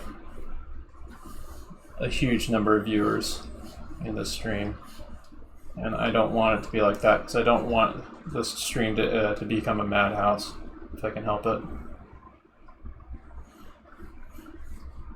And if it ever gets to that point, well, if like I get good enough that I'm in demand for like teaching art classes or something, then like all that's gonna happen, then my classes stuff is gonna probably just migrate to an actual paid class that I teach or something. That will happen like after I get like really good at what I'm doing. And so we're talking like maybe years of practice and study before I can reasonably get to that point, I think.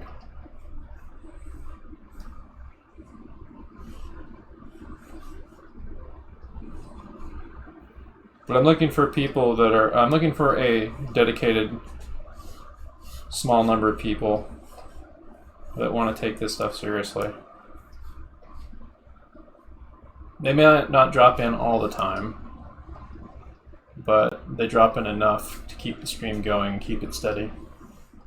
We might pick up more people, but I mean, given what the nature of what I'm trying to do here is, inherently, we're not going to necessarily sustain a huge audience. Now, the way that might change is if I start becoming known for really good ass art. Like if I start getting really good, at some point in the future, like people are going to sit up and take notice, and more people are going to come to the streams to see how I work and how I give feedback and stuff. But I'm still I'm an amateur instructor. I'm an amateur figure drawing person. I'd say I'm like intermediate advanced figure artist. And I lack a lot of confidence, so like at times like my abilities kind of regress to beginner tier. And I should really be evaluating what I'm doing, because I kind of lost track of the pose a little bit, and I think some of it kind of may have wandered in proportion right now. So I'm gonna do some checks, because there's some stuff that I'm seeing here that looks really off to me. Let's see here.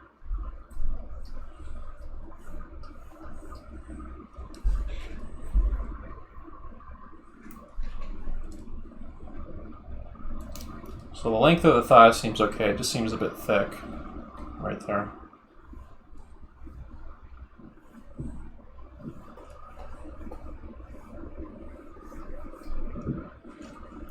I think it's the underside of the thigh that's throwing it off for me. The torso seems a little bit thick too. Maybe the placement of that center line is kind of off, so that's kind of throwing it off a bit.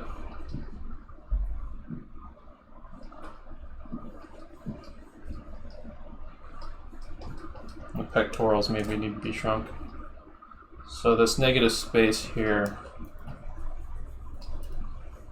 let's maybe fix that a bit.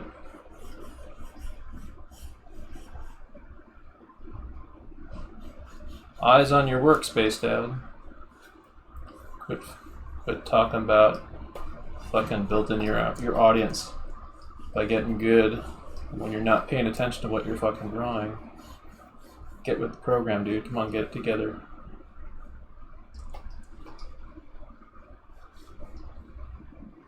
That's the thing. Like, I'd love a Twitch audience after I'd love a larger size Twitch audience after I get fucking good and deserve it, you know? I mean, but even then, it's like, I'd like to be like one of those like word of mouth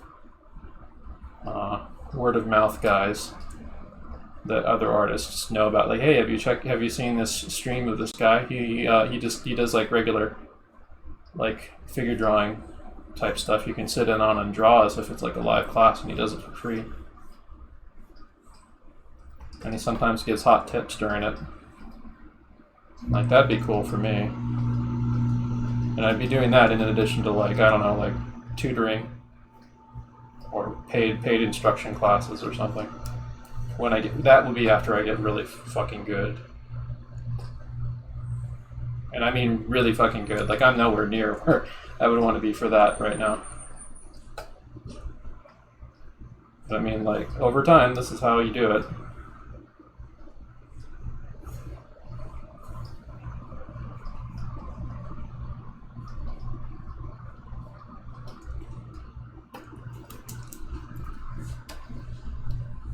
You have any recommendations for learning all this? Yes, I do. The Glenville Pooh Drawing Manual, New Masters Academy's video tutorials that you can subscribe to on their site, Proco on YouTube, Stan Procopinko's videos on YouTube are excellent, and also his paid stuff you can buy, which they basically do like the same information as the YouTube videos, but they have like way more in-depth demonstrations that really go hardcore into the stuff. Um, Modern Day James. I actually own several tutorials of his. I've been meaning to dig into his more, but he's excellent if you want to dig more into utilizing perspective in your figure drawing and in your drawing in general. Modern Day James does a lot of streaming too, by the way, and drawing challenge streams that you can learn from. So I'd recommend maybe following his Twitch stream. I've seen some really good stuff. I'm considering participating in some of his streams challenges in the future because it's good it's good art exercise. So my attention kind of wandered on this one, but I think it was still a worthwhile study.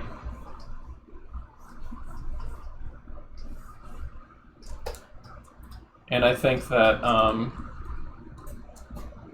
what I want to do is maybe try to see what's going wrong with it, because there's parts of it that feel kind of stubby to me. Like, yeah, the placement of this heel and the bottom of this foot are off. And that's something that if I was paying closer attention. See, this is what can happen if you let your attention wander. Like, you let stuff like this kind of drift a bit. Okay, Google, stop. So even though this is our last pose, I'm gonna maybe like pause on this and try to fix some of my errors. Or actually, I'm just gonna restart the timer there so to get that nonsense off the screen. So I'm gonna evaluate it a bit. I'm gonna adjust, pull back from it a bit, kind of like what I have right here. Adjust bits and pieces of it, try to see what I did wrong a bit.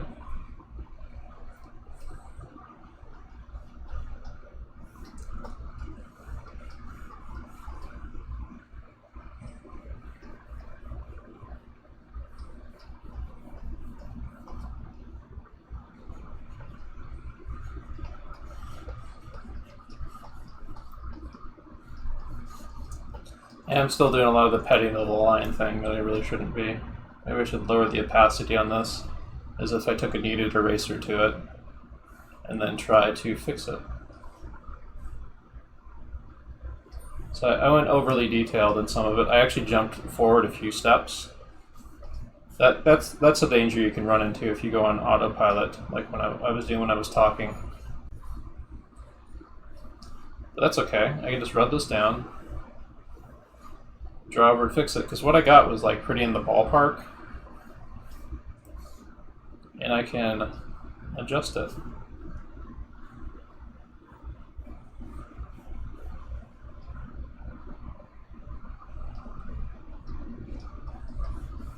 Which is what I'm going to do. I'm just going to go spend a little bit more time on overtime adjusting this guy. So I think it's worth it.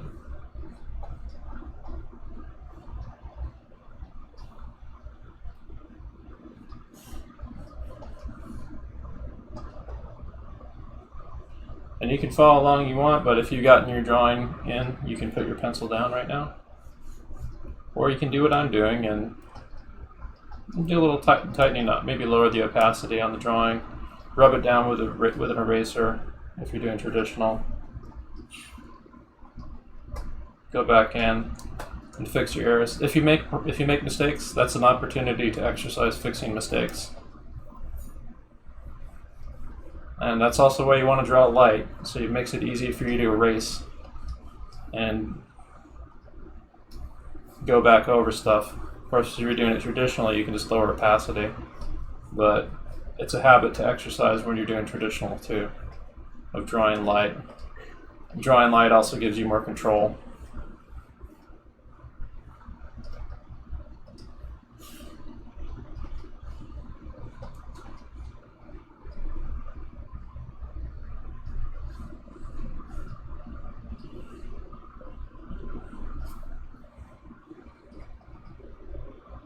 Let's see. Maybe I can include some of the angle of that front of that knee. I don't know. I'm not too concerned about getting too much shape into this. This is mainly concerned about the rhythms.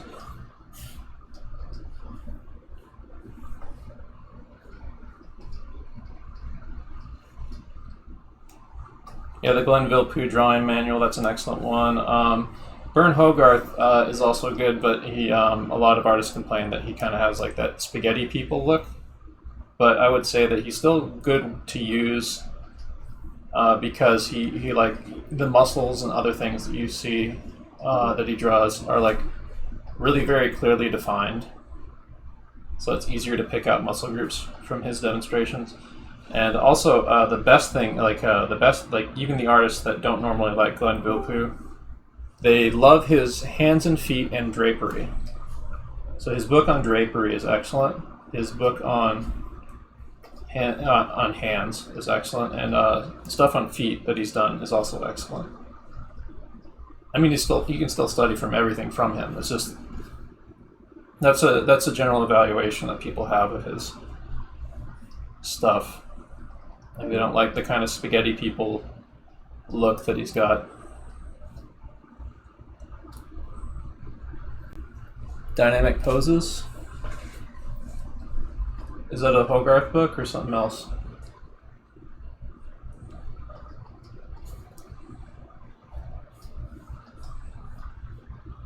Feet.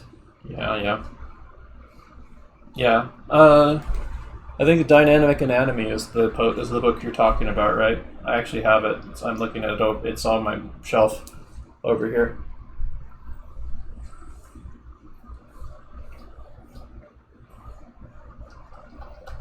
But yeah, there's a book on hand. Even in that book, there's hands stuff in there that's excellent. But his hands, his book on drawing dynamic hands, I think, is a really good one to study from. And we will be using stuff from him for hand drawing focused future classes for sure.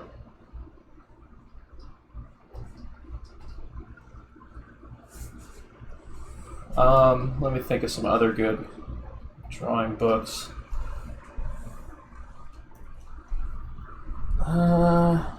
Michael Hampton.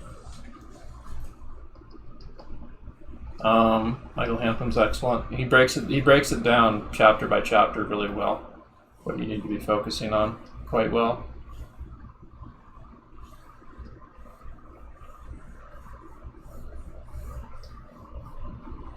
I should really put together a bibliography of suggested books.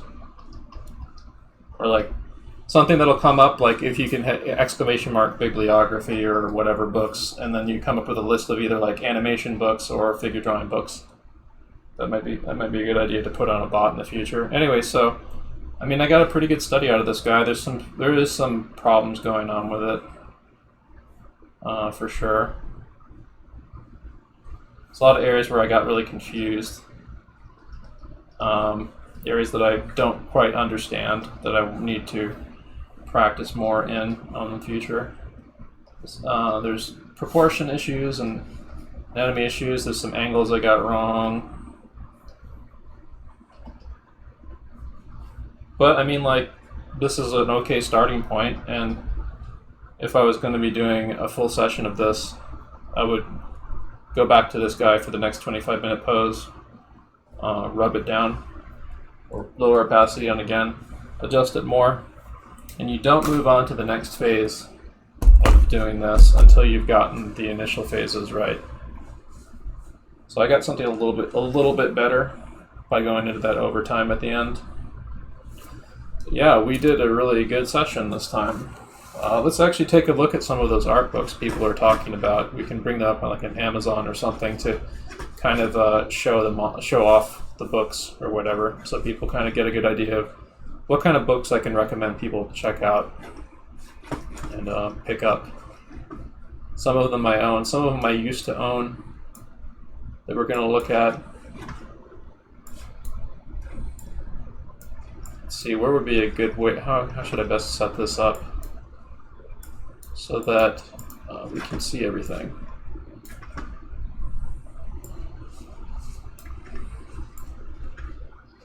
Let's see here.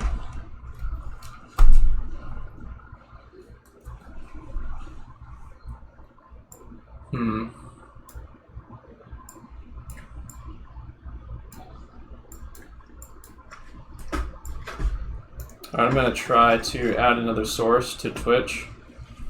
hopefully this will work.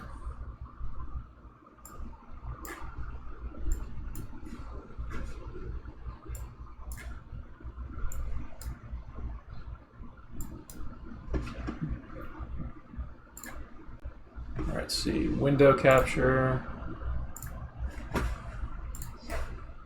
new source.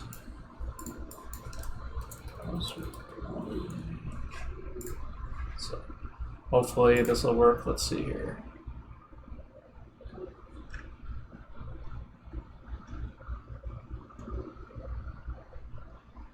Photo. Where is it?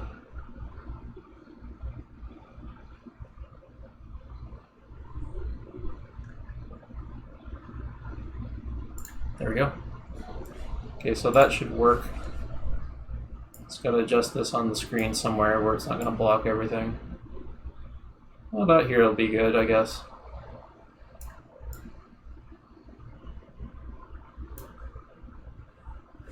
Yeah, okay, so we'll use this page to kind of find some, let's see here, Amazon. Alright, so, go to the drawing manual.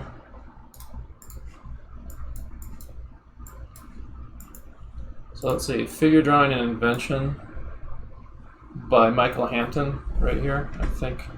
There might be a digital version of this, but that's a really good book. Atlas of Human Anatomy for the Artist here by Stephen Rogers Peck is also useful. I used to have a copy of that, but I lost that. There's a bunch of books that I had that I lost. All Andrew Loomis's books are excellent.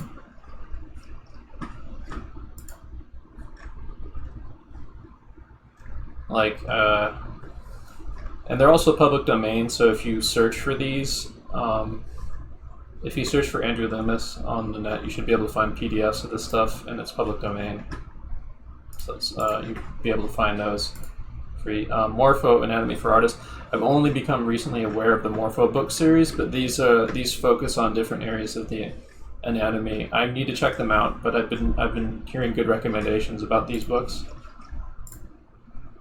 Anatomy for Sculptors. I recently got a hold of a copy of this, and I'm going to be digging more into it in the future.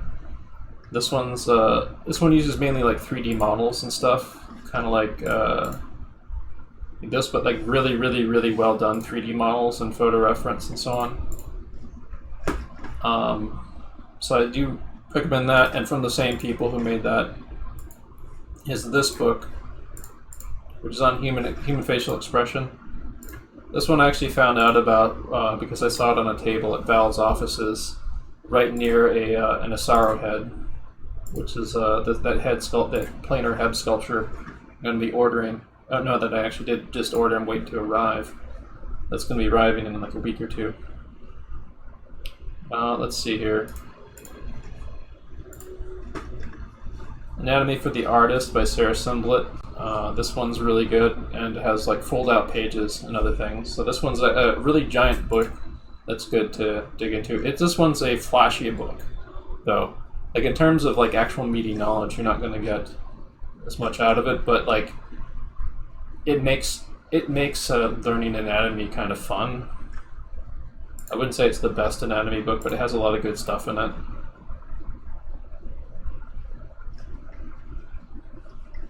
Some dudes in there, so I'm going to have to be careful. Let's see. Elliot Goldfinger's books are great. There's an animal anatomy book right there, but Human Anatomy for Artists is an excellent book that you definitely want to get a physical copy of. I have a copy of it, and I'm going to be utilizing stuff from it a lot more in the future. Let's see here. Any more stuff? Yeah, there's this one right here. Once again, Atlas of the Human Anatomy for the Artist by Stephen Rogers Peck. Let's see if, no, they don't have any free preview page there. There's a lot of George Bridgman books of varying quality that you'll see online, but you can get most of the Bridgman stuff public domain by Googling around for it. So definitely pick up George Bridgman stuff. The thing about Bridgman, though, is this is probably one of the best Bridgman books right here, this one. This more recent one, I think, is a more recent edition of this, though. So this one wouldn't be bad to own a physical copy of for $20. How many pages is this?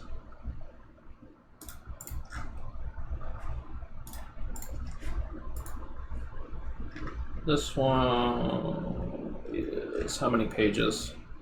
352 pages. Yeah, that's a good one. I think it's this. Yeah, it's a newer edition of this book. Yeah, this one's a paperback. There was a hardcover version of this also. Whoops.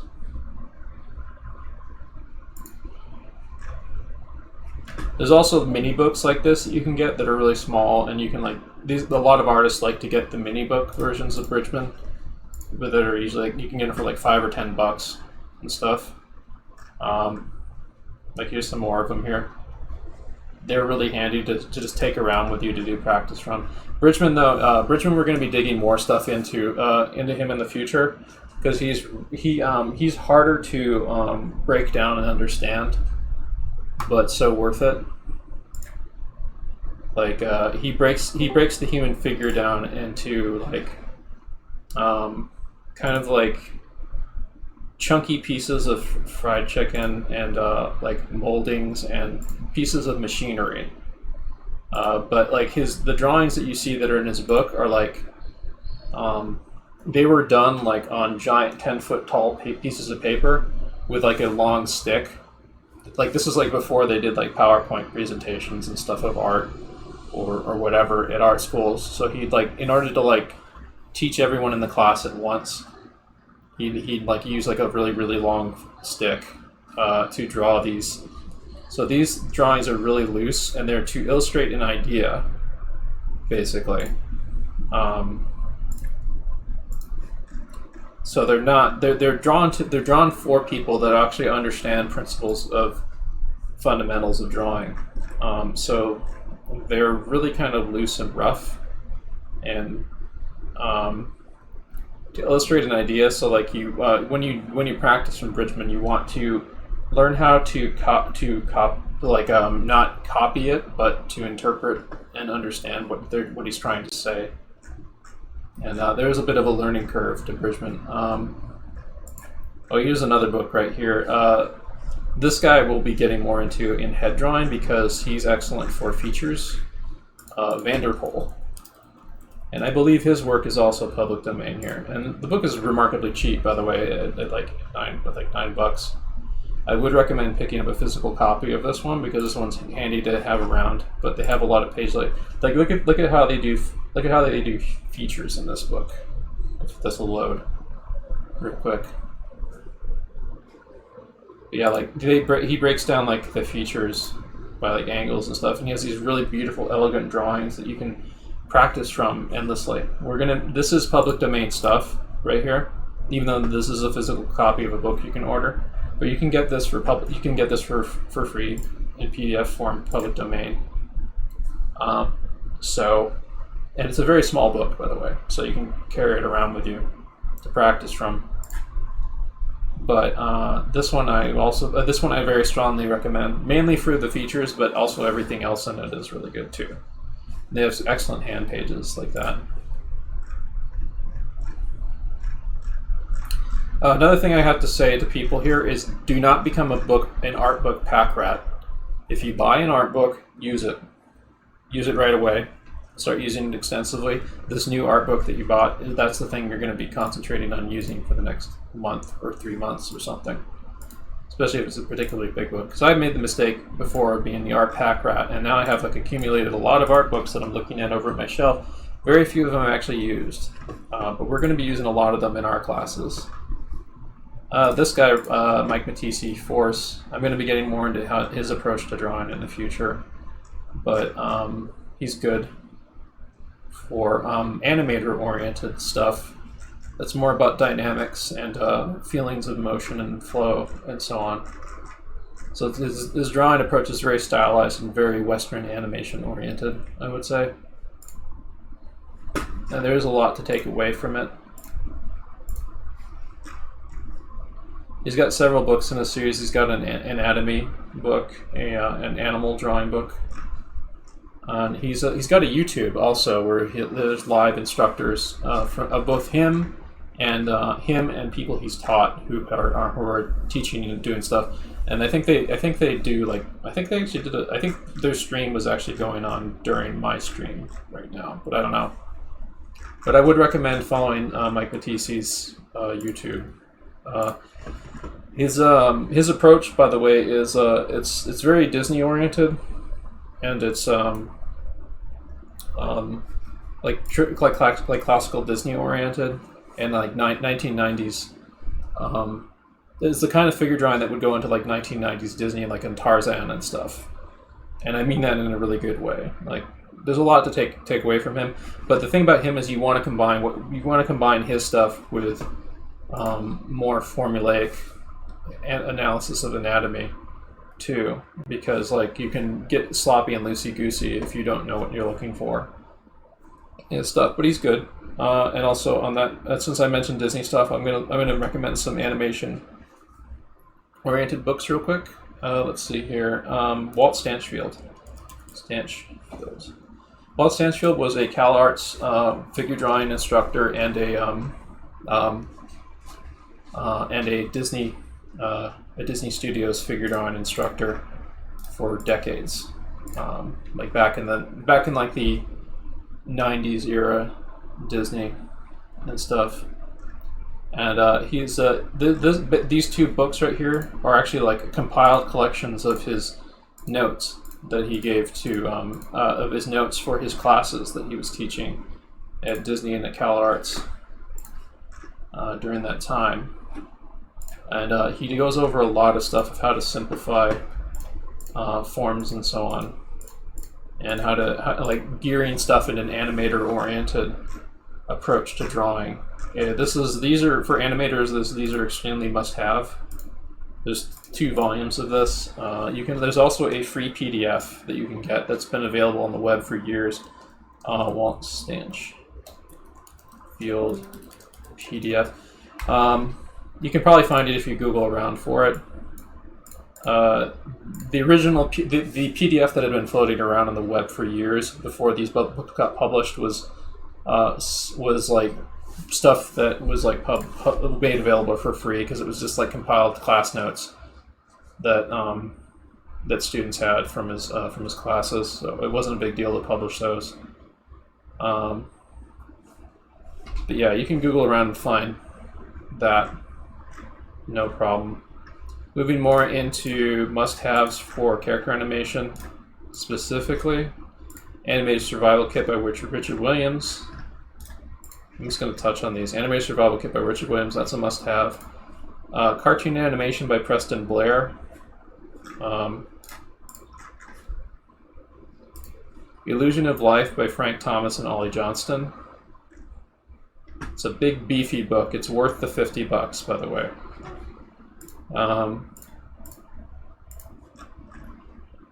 Let's see. Character Animation Crash Course by Eric Goldberg. This one is worth getting a copy of it that includes the DVD that shows the animated examples on it. I think there's an edition of this that you can get that comes with animated examples, because like you really kind of need to see stuff in motion to see what they're talking about. There is an ebook version of Richard Williams' book that's available like on like iBooks, on like you can get it like on iPad or whatever. That actually includes the animated examples of the exercises and stuff that he's done. There's also a DVD series that I actually own, which I've been digging back in through. I'm going to be digging back through more in the future when I get more back into animation.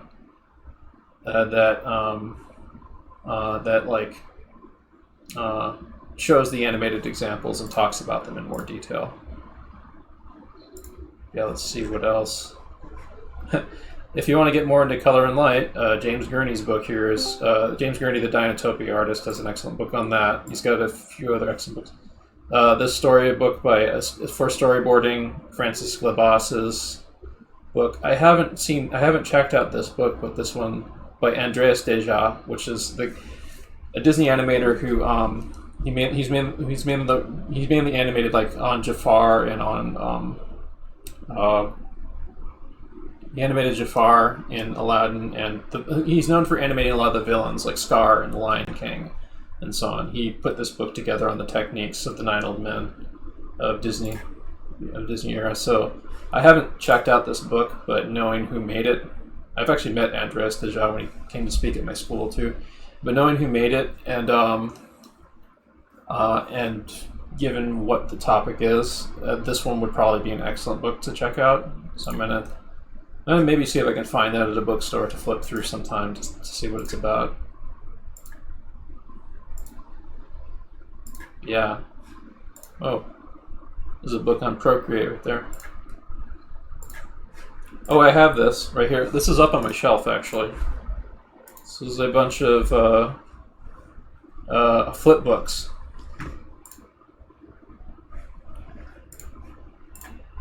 It's a bunch of flip books of Nine Old Men animation. Of animation by Disney's Nine Old Men. Nine flip books, one by each of the Disney Nine Old Men from the Disney archives. It's a lovely little collector's item. I would recommend that. If you want something to like kind of flip through like this. This is really fun for a little bit of inspiration. Let's see what is here. Disney sketchbook.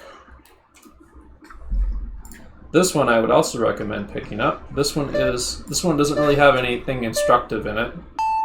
What it is it's a lot of sketch work and some rough animation work by Disney artists. I have it up on the shelf here. Let me grab it real quick.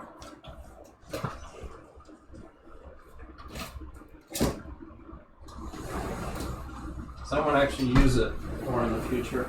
It's a surprisingly lightweight book, too.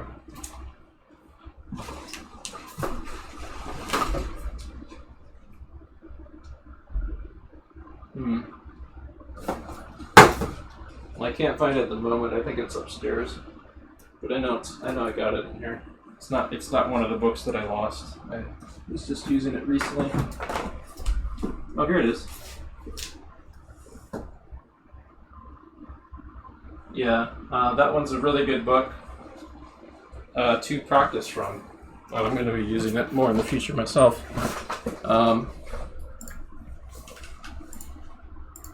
It has like giant size. Like it has the drawings drawn at about the size they were originally drawn, which is really great. This is a really large book, so I would recommend this one for sure. And there's other books in this series like Disney Archives animation books. There's a lot of good Disney Archive books, the storybook, and so on.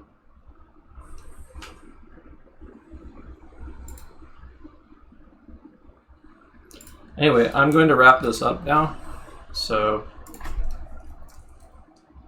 we'll go to the congratulations screen right now, and then I'll just wrap this up. Let me just take a look at animation from kit. I read that as Animal Survival Kit. Yeah. There's a Yo-Yo Shinari art book. I actually wanted to mention that too, but we can go over more books next time. But feel free to like replay the replay of this stream later to get the full bibliography again. I'll also be uploading this to YouTube later tonight. It should appear sometime tomorrow on my YouTube page. But yeah, if you have a spare Twitch Prime, if you want to sub me here, that'll help me out. You can donate to my donation link directly down below, or subscribe to me on my Patreon to get high quality versions of my my class demos. Yeah, thank you all for coming. Here's our congratulations screen.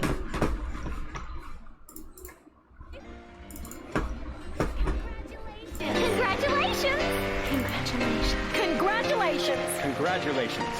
Congratulations! Congratulations! Congratulations! Congratulations! Congratulations! Congratulations! Congratulations! Congratulations! Thank you all.